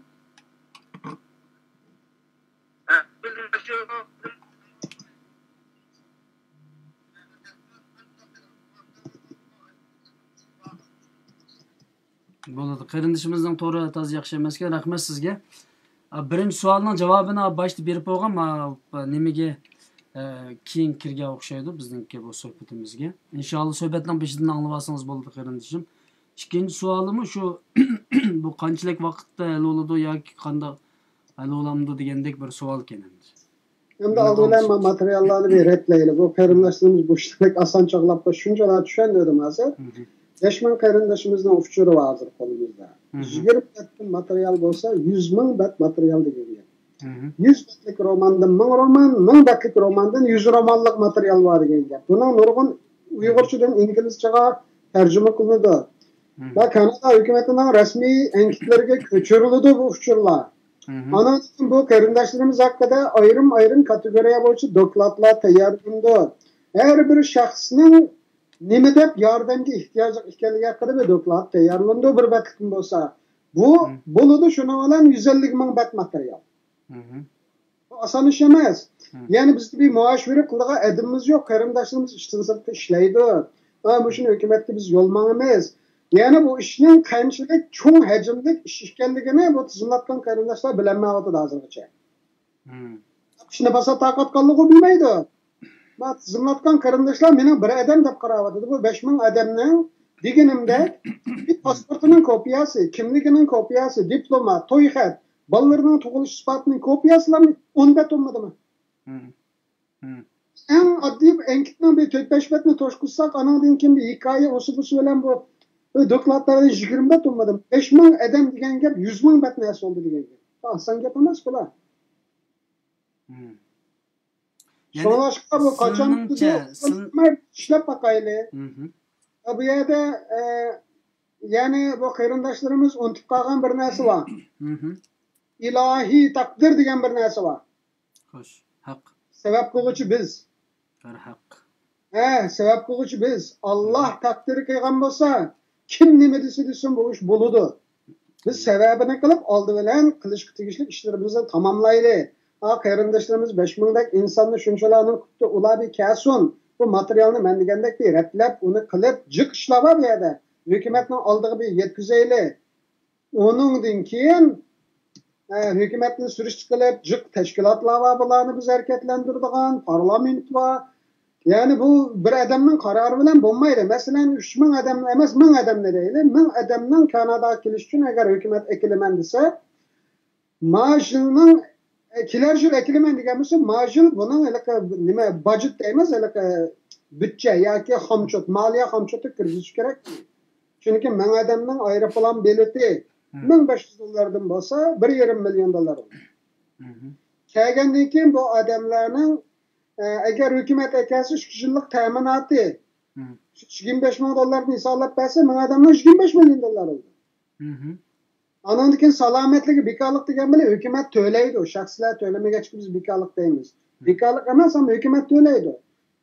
Uni hukumat yetkazdi. Ondan keyin bu Moliya ministrligi, Qatnash ministrligi, Tashqi ishlar ministrligi, bexatarlikni tekshiradiganlar, bexatarlik organlari 5-6 ministrlikning qo'ldan chiqadi bu ish. Şunlaşqa 5-6 kabinet kararı veriş gerek. Yani bu qarindoshlarimiz shunday tizimliqli Kanadaga ketganlar shu qonun davlatida bir davlatning chaqini cho'giltish uchun nurg'i yani harakatlantirmay turib bir g'ish choq cho'galmaydi. Shunlashqa biz mush japalarni hammani mush qarindoshlar uchun tortib mush yo'lni tiptirayli deb hozir hech bo'lmasa belgilik bir istashlik bor, yaxshi muhit bor. Kanada parlamenti bu ishga qo'l tiqyotdi. Endi hukumatning qaror bergizdiganga hiç olmaz Kanada parlamentinde güçlük bir irade var. Yani bu şey özel şaraitin faydalanmayla devatımız. Asan iş yemez. Yani bu qarindoshlarimiz öyle bir jastisiydi. Yuqorilar için bir bayanat verişini qo'l keltirish asan ish emas. Asan ish bo'lgan bo'lsa, Gollandiya bosh ministrini beratdi, Angliya, Germaniya bosh ministrini Uyg'urlarga gap qilgan bo'ladi. Asan ish emas. Şunlaşqa qarindoshlarimiz maya tatvatgan Japonning bular tizimli qo'yib ishlagini biz bu yerga hech kunduz ishlaymiz unga. Biz ishimizni qilaylik, bizga duo qilsin, ma qarindoshlarimiz ishni yo'lini bilar ekan, mushlar qilib baqsin, elitdim, manchoyda bitamda, onchayda bu savollarni bizdan so'ramasin. Biz ishni qilaylik. Albatta. Bu Anjandan Kanadaga odam yetkazgandagi asosliq sabab, ya'ni siyosiy sabab nima bo'lg'iydi? Qaysi Anjandan? Nimadan bir odam yetkazgan bir ish bo'lgan-ku Anjan voqeasida Kanadaga o'zbeklarni. Hukumatning qarori bilan bo'lgan. Chunki O'zbekiston hukumati juq bostirgan Anjan voqeasida. Hukumat shunda xalqlik mezgillarda hukumat qaror beradi. Shunashqa ushaq gap qilganlarning gapiga bak aldirmanglar deyishning sababi bu qarorni Kanada hukumati berdi. Kanada hukumati ko'chmanlar ministri Uyg'urlarning ahvoli qiyin, shularning 3000 odamni yutkaymiz desa, boshqa organlar shu bo'yicha tayyorlab qiladi. Shu bir odamni, ya'ni bosh ministr bilan biz ko'chmanlar ministrini qoyil qilsak, bular u qarorni bergandan keyin o'zlari qaysi organlarga chetiladi bo'yish, ular hal qiladi uni. Ammo shularni shu yer nuqta keltirish uchun biz qo'limizdagi materiallarni to'plab hazırlashimiz kerak. Xo'sh. Bazı qarindoshlarning savollariga javob berilib bo'ldi, ammo yana yozibdi, savolimizga javob bergan bo'lsam deb. Ya biz tushuntirmayapmiz, ya ular tushunmaydi. Agar nima bo'lmasa, 4 ta nimqasa qilib 3 soat olgan bo'lgan, meni erta bir sotam bor. Asosiy vaqtimiz bir yerga bordi. 2 soat 17 minut oldi. Biz hozir nima qilyapmiz? Biraz bir qancha savol qoldi menda. Shuni so'rab o'tay, undan keyin nima qilaylik? Tizimlash adresi bormi? deydi qarindosh. Uyg'ur akademiyasi Istanbul chapida fan markazining yanida uni to'g'ri izlab topasiz qarindoshlarimizni. To'g'ri. Ya'ni ma o texnik nima jihatdan to'g'ri masalan torbat adresi, email deganda. Ya torbat adresi yo'q. Bu qarindoshlarimiz qiziq. Bu torbat orqali qanday tizimlaydi? Biz bu qarindoshlarni torbat orqali tizimlaydi desak, bu qarindoshlarimizni uchur bexatarlik qanday kafolatlik qilamiz? Bu torbat orqali tizimlasa Xitoyning hakkerlari bu uchurni bir o'g'irlasa, buni kim mas'ul bo'ldi?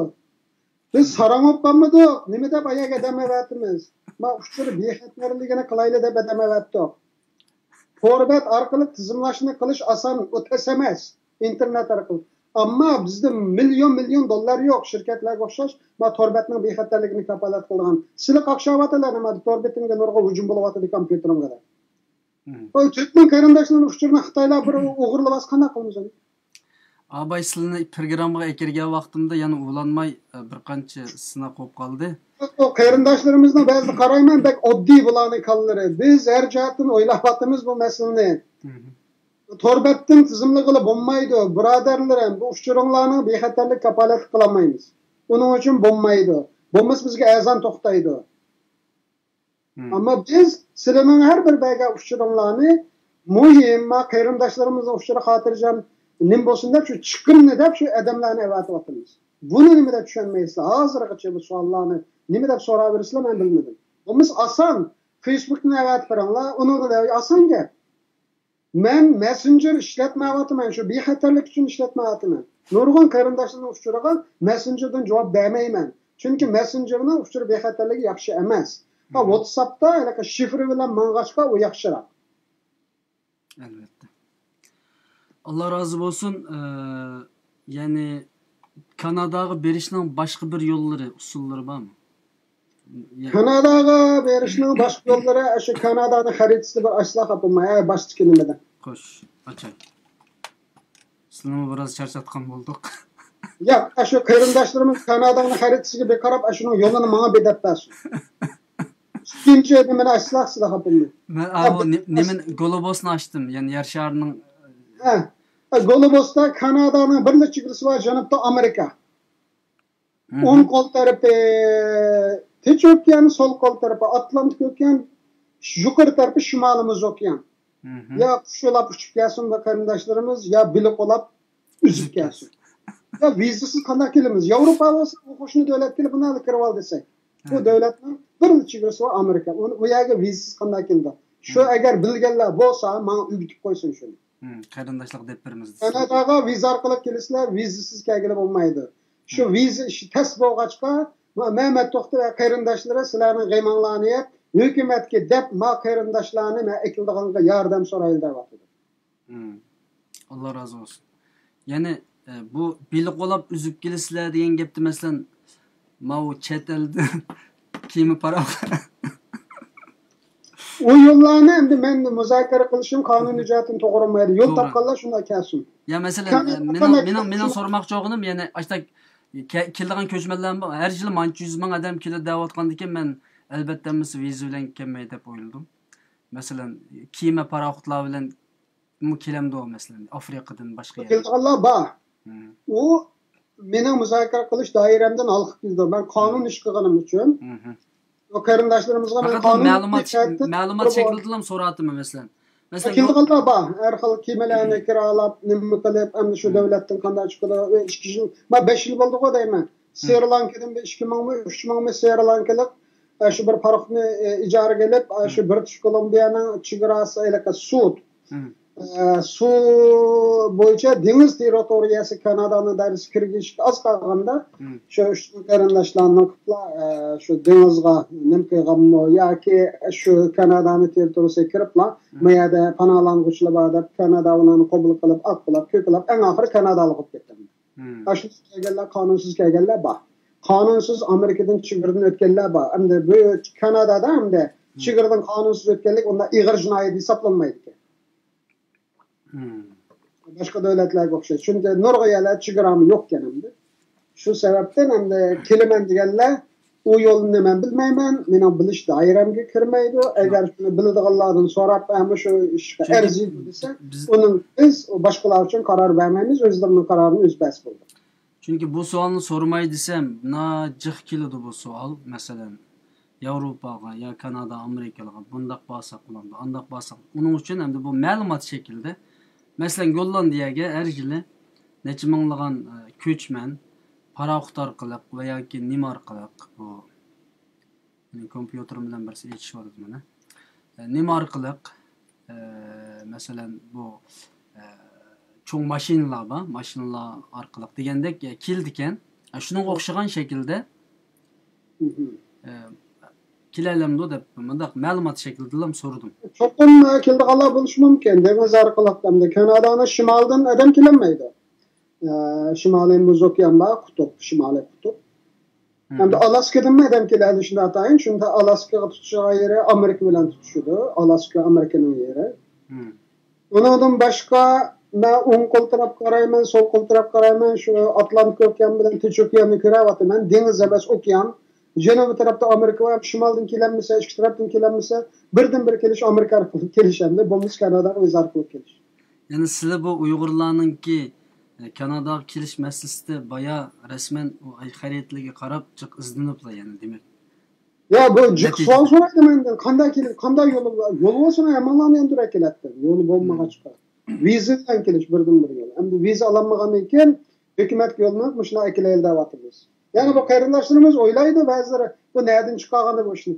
Shunday savollar yo'q, qarindoshimiz beshli sho'g'andan keyin bu boshqa imkon bo'lmagani uchun hukumat orqali yo'l minib akilaydi qarindoshlarlar. Allah razı olsun. Yani o'tgandagi programmamizda biz bir qancha aileningki bir aileni akilaydigan masalalarni deyishganda, uning herhalde ihtimaldan biraz tez ishganda shuni qara. Hem tez ish hem nima deymiz, yani 5 odam bo'lish kerak. Biroq belgili kirim bo'lish kerak. Nima deymiz, imkoniyati bor, lekin nopos soni yo'q. Tijorat ro'naq topgan ba'zi millatlar, ularga mos keladi. Bizning Uyg'urlarga hamda yani 5 oila birdan odam ekilish to'g'ri kelib qolsa, o bir odam ishdan bilan bu ish bo'lmaydi endi. Shuning uchun hukumat yo'l mangayli degishimiz o'sadi. Xo'sh, undan boshqa bu yetim bolalar masalasini o'tganda biz o'zaro yig'indagi vaqtimizda paranglashgandik. Bu masalada biroz to'xtalamdik. Yetim bolalar masalasi o'ylaganda murakkab masala, chunki qonunga chetiladigan masala. O qarindoshlarimiz uchun yetim bola bo'lgan bilan Kanadaga nisbatan yetim bola bo'lishini atayin. Yetim bola degan gap shu bolalarning ota-onasi yo'q degan gap. Ota-onasi yo'qligini isbotlash kerak. Lekin Uyg'ur qarindoshlarimizning qo'shib turayotgan yetim bolalarni Kanada yetim bola deb qabul qilamdi. Bu ayrim masala. Yetim bolalar normalda davlatning yoki davlat ruxsat bergan o'rinlarning beqishi kapolati asli tug'anlarni yetim bola deymiz. Masalan, Turkiyada çocuk esirgeme kurumu deydi. Yetim bolalar şu Turkiyada çocuk esirgeme kurumu deydi. Mesela chet eldeki Uygurlar bularni bekib olaman dese, şu çocuk esirgeme kurumu verip, meğer Uygur bolalar olsa men bekib olmoqchi edim dese, bunun rasmiyati oson bo'ladi. Chunki davlat bilan davlat o'tirdi bo'ladi. Agar chanda ma bolani ota-onasi yo'q bo'lsa, ota-onasi yo'qligini isbotlash kerak. Bu bir. İkinciden bu balının kanuni vakaleti kimnin üstüde? 18 yaş kirgich bu balının kanuni karar veriş hukuku olmadığına göre bu balının biz bekleyiş için bir yerden bir igidaçılığı buluş gerek. Bir yerden bizge igidaçılığını ötküzülüşün gerek de bu balının kanuni igidaçılığını nereden ötküzüldü? Mesela deylik ki Zeytinburnu'nda bir aile 5 yetim balına baktı. Ama şu 5 yetim balının kanuni igidaçılığı şu ailede mi? Eğer şu ailede bo'lmasa, onun kanuni mas'uliyatini men bejarolmayman. O vaqtida men balani men baxtim sen bir chigirni chiqarmayman Turkiyadan. Kanada kirgan taqdirdami, balalarning kanuni child custody right deydi, balalarning kanuni tutish haqqi. Shu huquq menda bo'lmasa, qonuniy rasmiyat bo'lmasa, balalar etkazchiligidan men sotlayman. Şunlaşqa bu asan onda yetim balani bekib olamiz deydigan masala emas. Kanuni mesele, kanunga çetiş mesele. Eğer şimdi Türkiye'de şuna yetim bolalar bo'lsa, men qarindoshlarga Türkiye'nin çocuk esirgeme kurumu şular bilan aloqalashib, meni mana shu Uyg'ur bolalar var, mana bu nim qilsanglar deb u yerga o'tkazib berib, qilsa, agar shular o'tkazib olsa, anadan chet ellik Uyg'urlar Türkiye'deki şu çocuk esirgeme kurumu deganda, yetim bolalarning kurumu var Türkiye'de. Şularga berib, men Uyg'ur bolalarga aloqalashib qilishni xohlayman desa, ularga sotdan bir hüküm beradi. Çocuk esirgeme kurumu sotga nima iltimos beradi. Mama balani palanchi o'zining igidachilig'iga o'tkazmoqchi, biz oilani tekshirdik, masala yo'qkan deb sot qarori beradi. Sot igidachilikni bekib olmoqchi bo'lgan odam o'tkazib bergandan keyin chigirdan chiqariladi. Shunlashqa va yetim bolalarni da bekib olaman deb undan chigirdan chiqarilmaydi. Oldi bilan shu bolalarning igidachilik huquqi masalasi kimde bo'lsa shundan o'tkazilish kerak. O qonuniy yo'llardan bo'ladi, ya'ni sot hukm bilan. Men mishada tomoshabin qarindoshlardan bir savol so'rab baqsam, hozir nurg'un qarindoshlarimiz naq maydondan ko'ryapti. Shu Turkiyada çocuk esirgeme yurti yoki bolalarni qo'g'dash o'rni desak bo'lamdi yoki o'smirlarni mudofaa qilish o'rni yetimxona deb qo'ydi odatda. Darıltam desak to'g'ri bo'lamdi. Yetimxona. Darıltam emas, maktabni bog'ida, yetim bolalar o'qiydigan maktabni darıltam. Yetimxonalarda Uyg'ur bolalar bormi bu bir savol. Agar bu shundan xabar bersa, men g'arb davlatlarda yashagan Uyg'urlar shu yerga iltimos qilib, bolalarni tanlash ota-onalarga berilgan huquq. Men ma bolani bekib olaman deyoladi-ku. Uyg'ur bola bo'lsa, shularni men ma bolani bekib olaman, o'zimni Uyg'urga egi chiqmaydi. Men g'arb davlatlarida bola beqishni xohlaganlar shunday o'tkazib bo'ldi. Agar bu savolga javob bera oladigan, bildigan qarindoshlar bo'lsa, ishkiramga yozsanglar bo'ladi. Qarindoshimiz telefon qilibdi. Assalomu alaykum.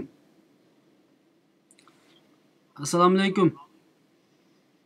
Programmani taqib etdim. Programmani taqib etib, men bu nimaga telefonning ovozi qarang. Ovozingiz yaxshi kelmaydi-da. Va alaykum assalom. Men programmani taqib etib, men telefonda gaplashishim bo'lgandi ekan.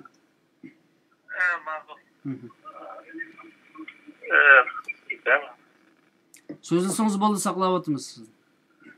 Nima bir so'radim deydi, o'zini so'ramat abdasida tinchlik Mehmet To'xta efendim abdasida. Mehmet To'xta efendimni bir so'ral so'raydim.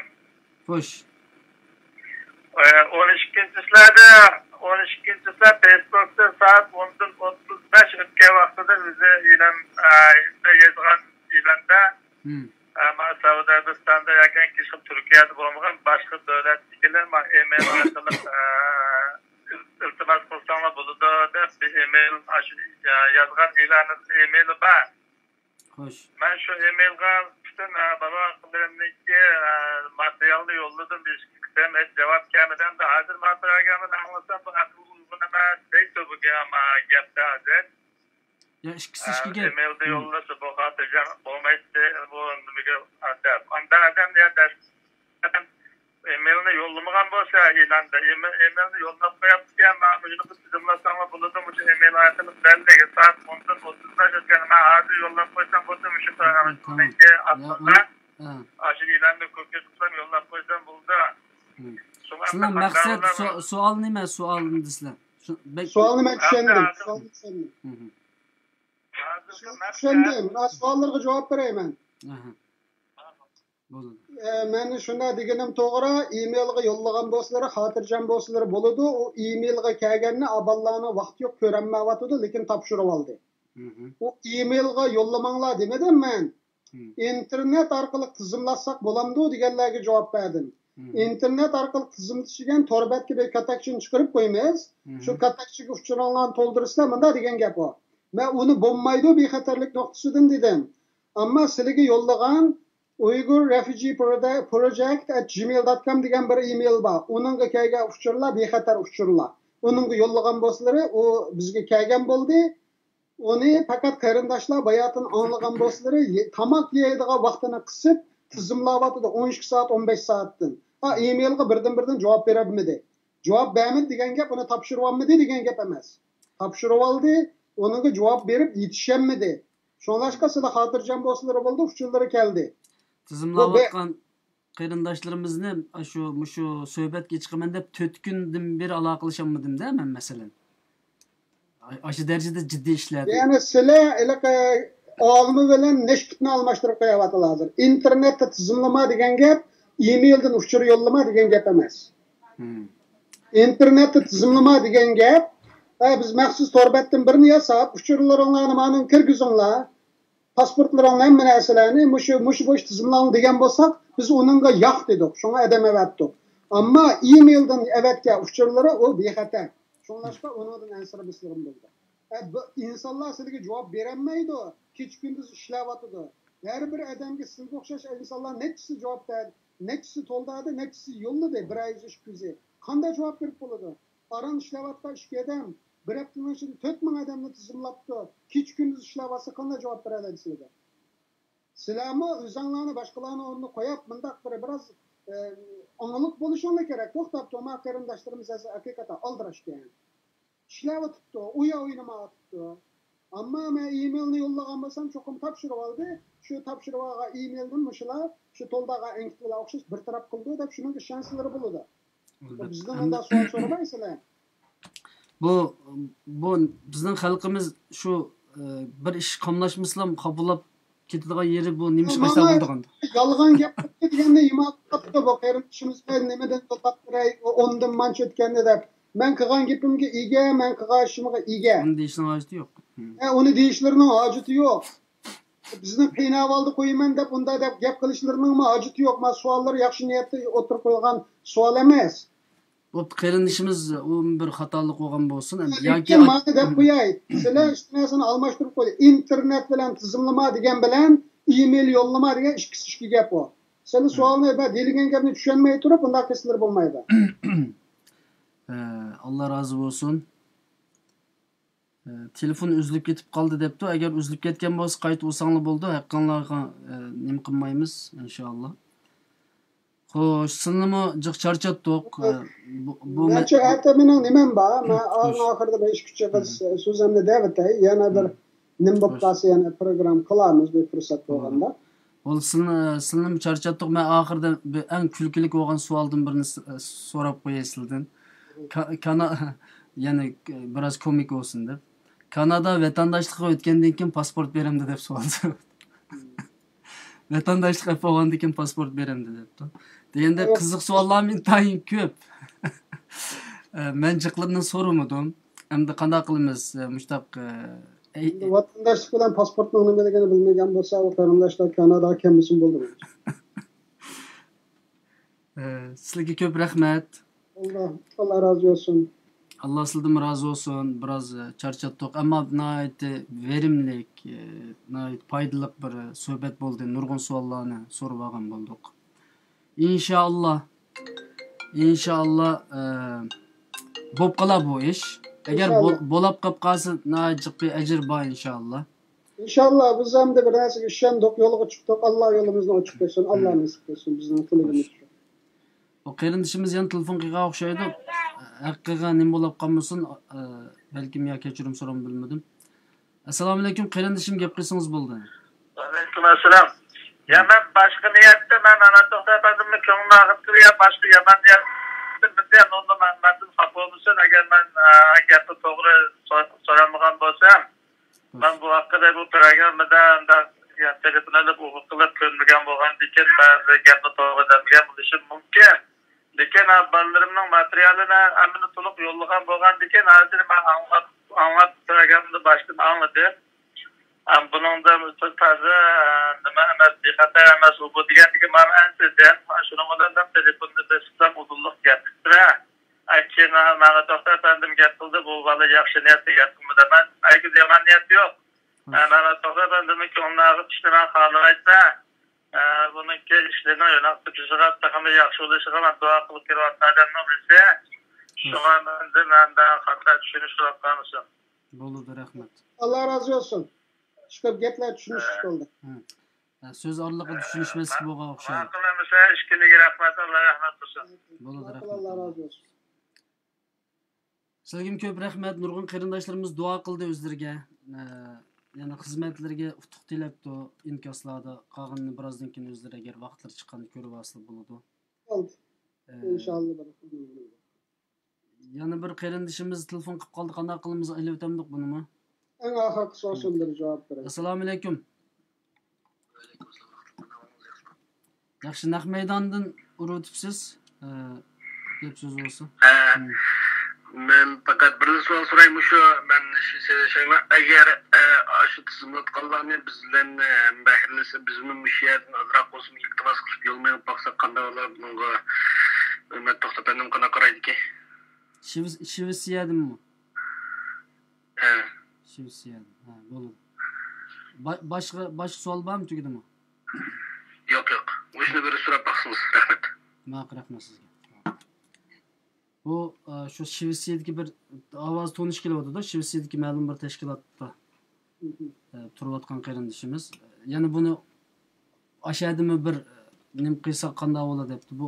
Buni Shvetsiyadan Kanadaga kelganlar panohlanuvchi çok kelmaydi, ular boshqa turlar keldi, ko'chman bo'lib keldi. Ko'chmanlik bilan panohlanuvchi biz dastlablam ayirib buni, ikkisi ikki xil hukm. Boshqa Shvetsiyadan Kanadaga kelaman desa, uning ko'chmanlikning xilma-xil yo'llari bor. Bular Kanada bilan Shvetsiya o'rtasida treaty country deymiz, to'xtamnoma tuzilgan davlatlar qatori kirdi. Bularning o'zaro bir-biri bilan mablag' sag'uvchi yoki ish iltimos qilish nimalari bor, kategoriyalari bor.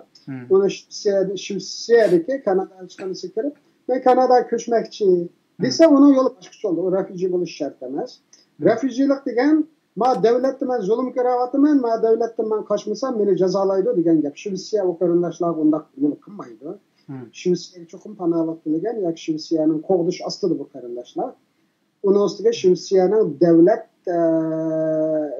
tarafidan bularning qonuniy huquqiy kafolatga ega qilingan. Shunlashqa Shvetsiyaning Kanadaga refugee bo'lish degan narsa mencha u toza to'g'ri bo'lmaydi. Ammo ko'chmanlik hamda Amerikadan Kanadaga, Kanadadan Gollandga ko'chmanlik masala. Shunlashqa bu Shvetsiyada qarindoshlarimiz Kanadani yaxshi ko'rgan bo'lsa, Kanada elchixonasiga kirib, men Kanadani yaxshi ko'raman.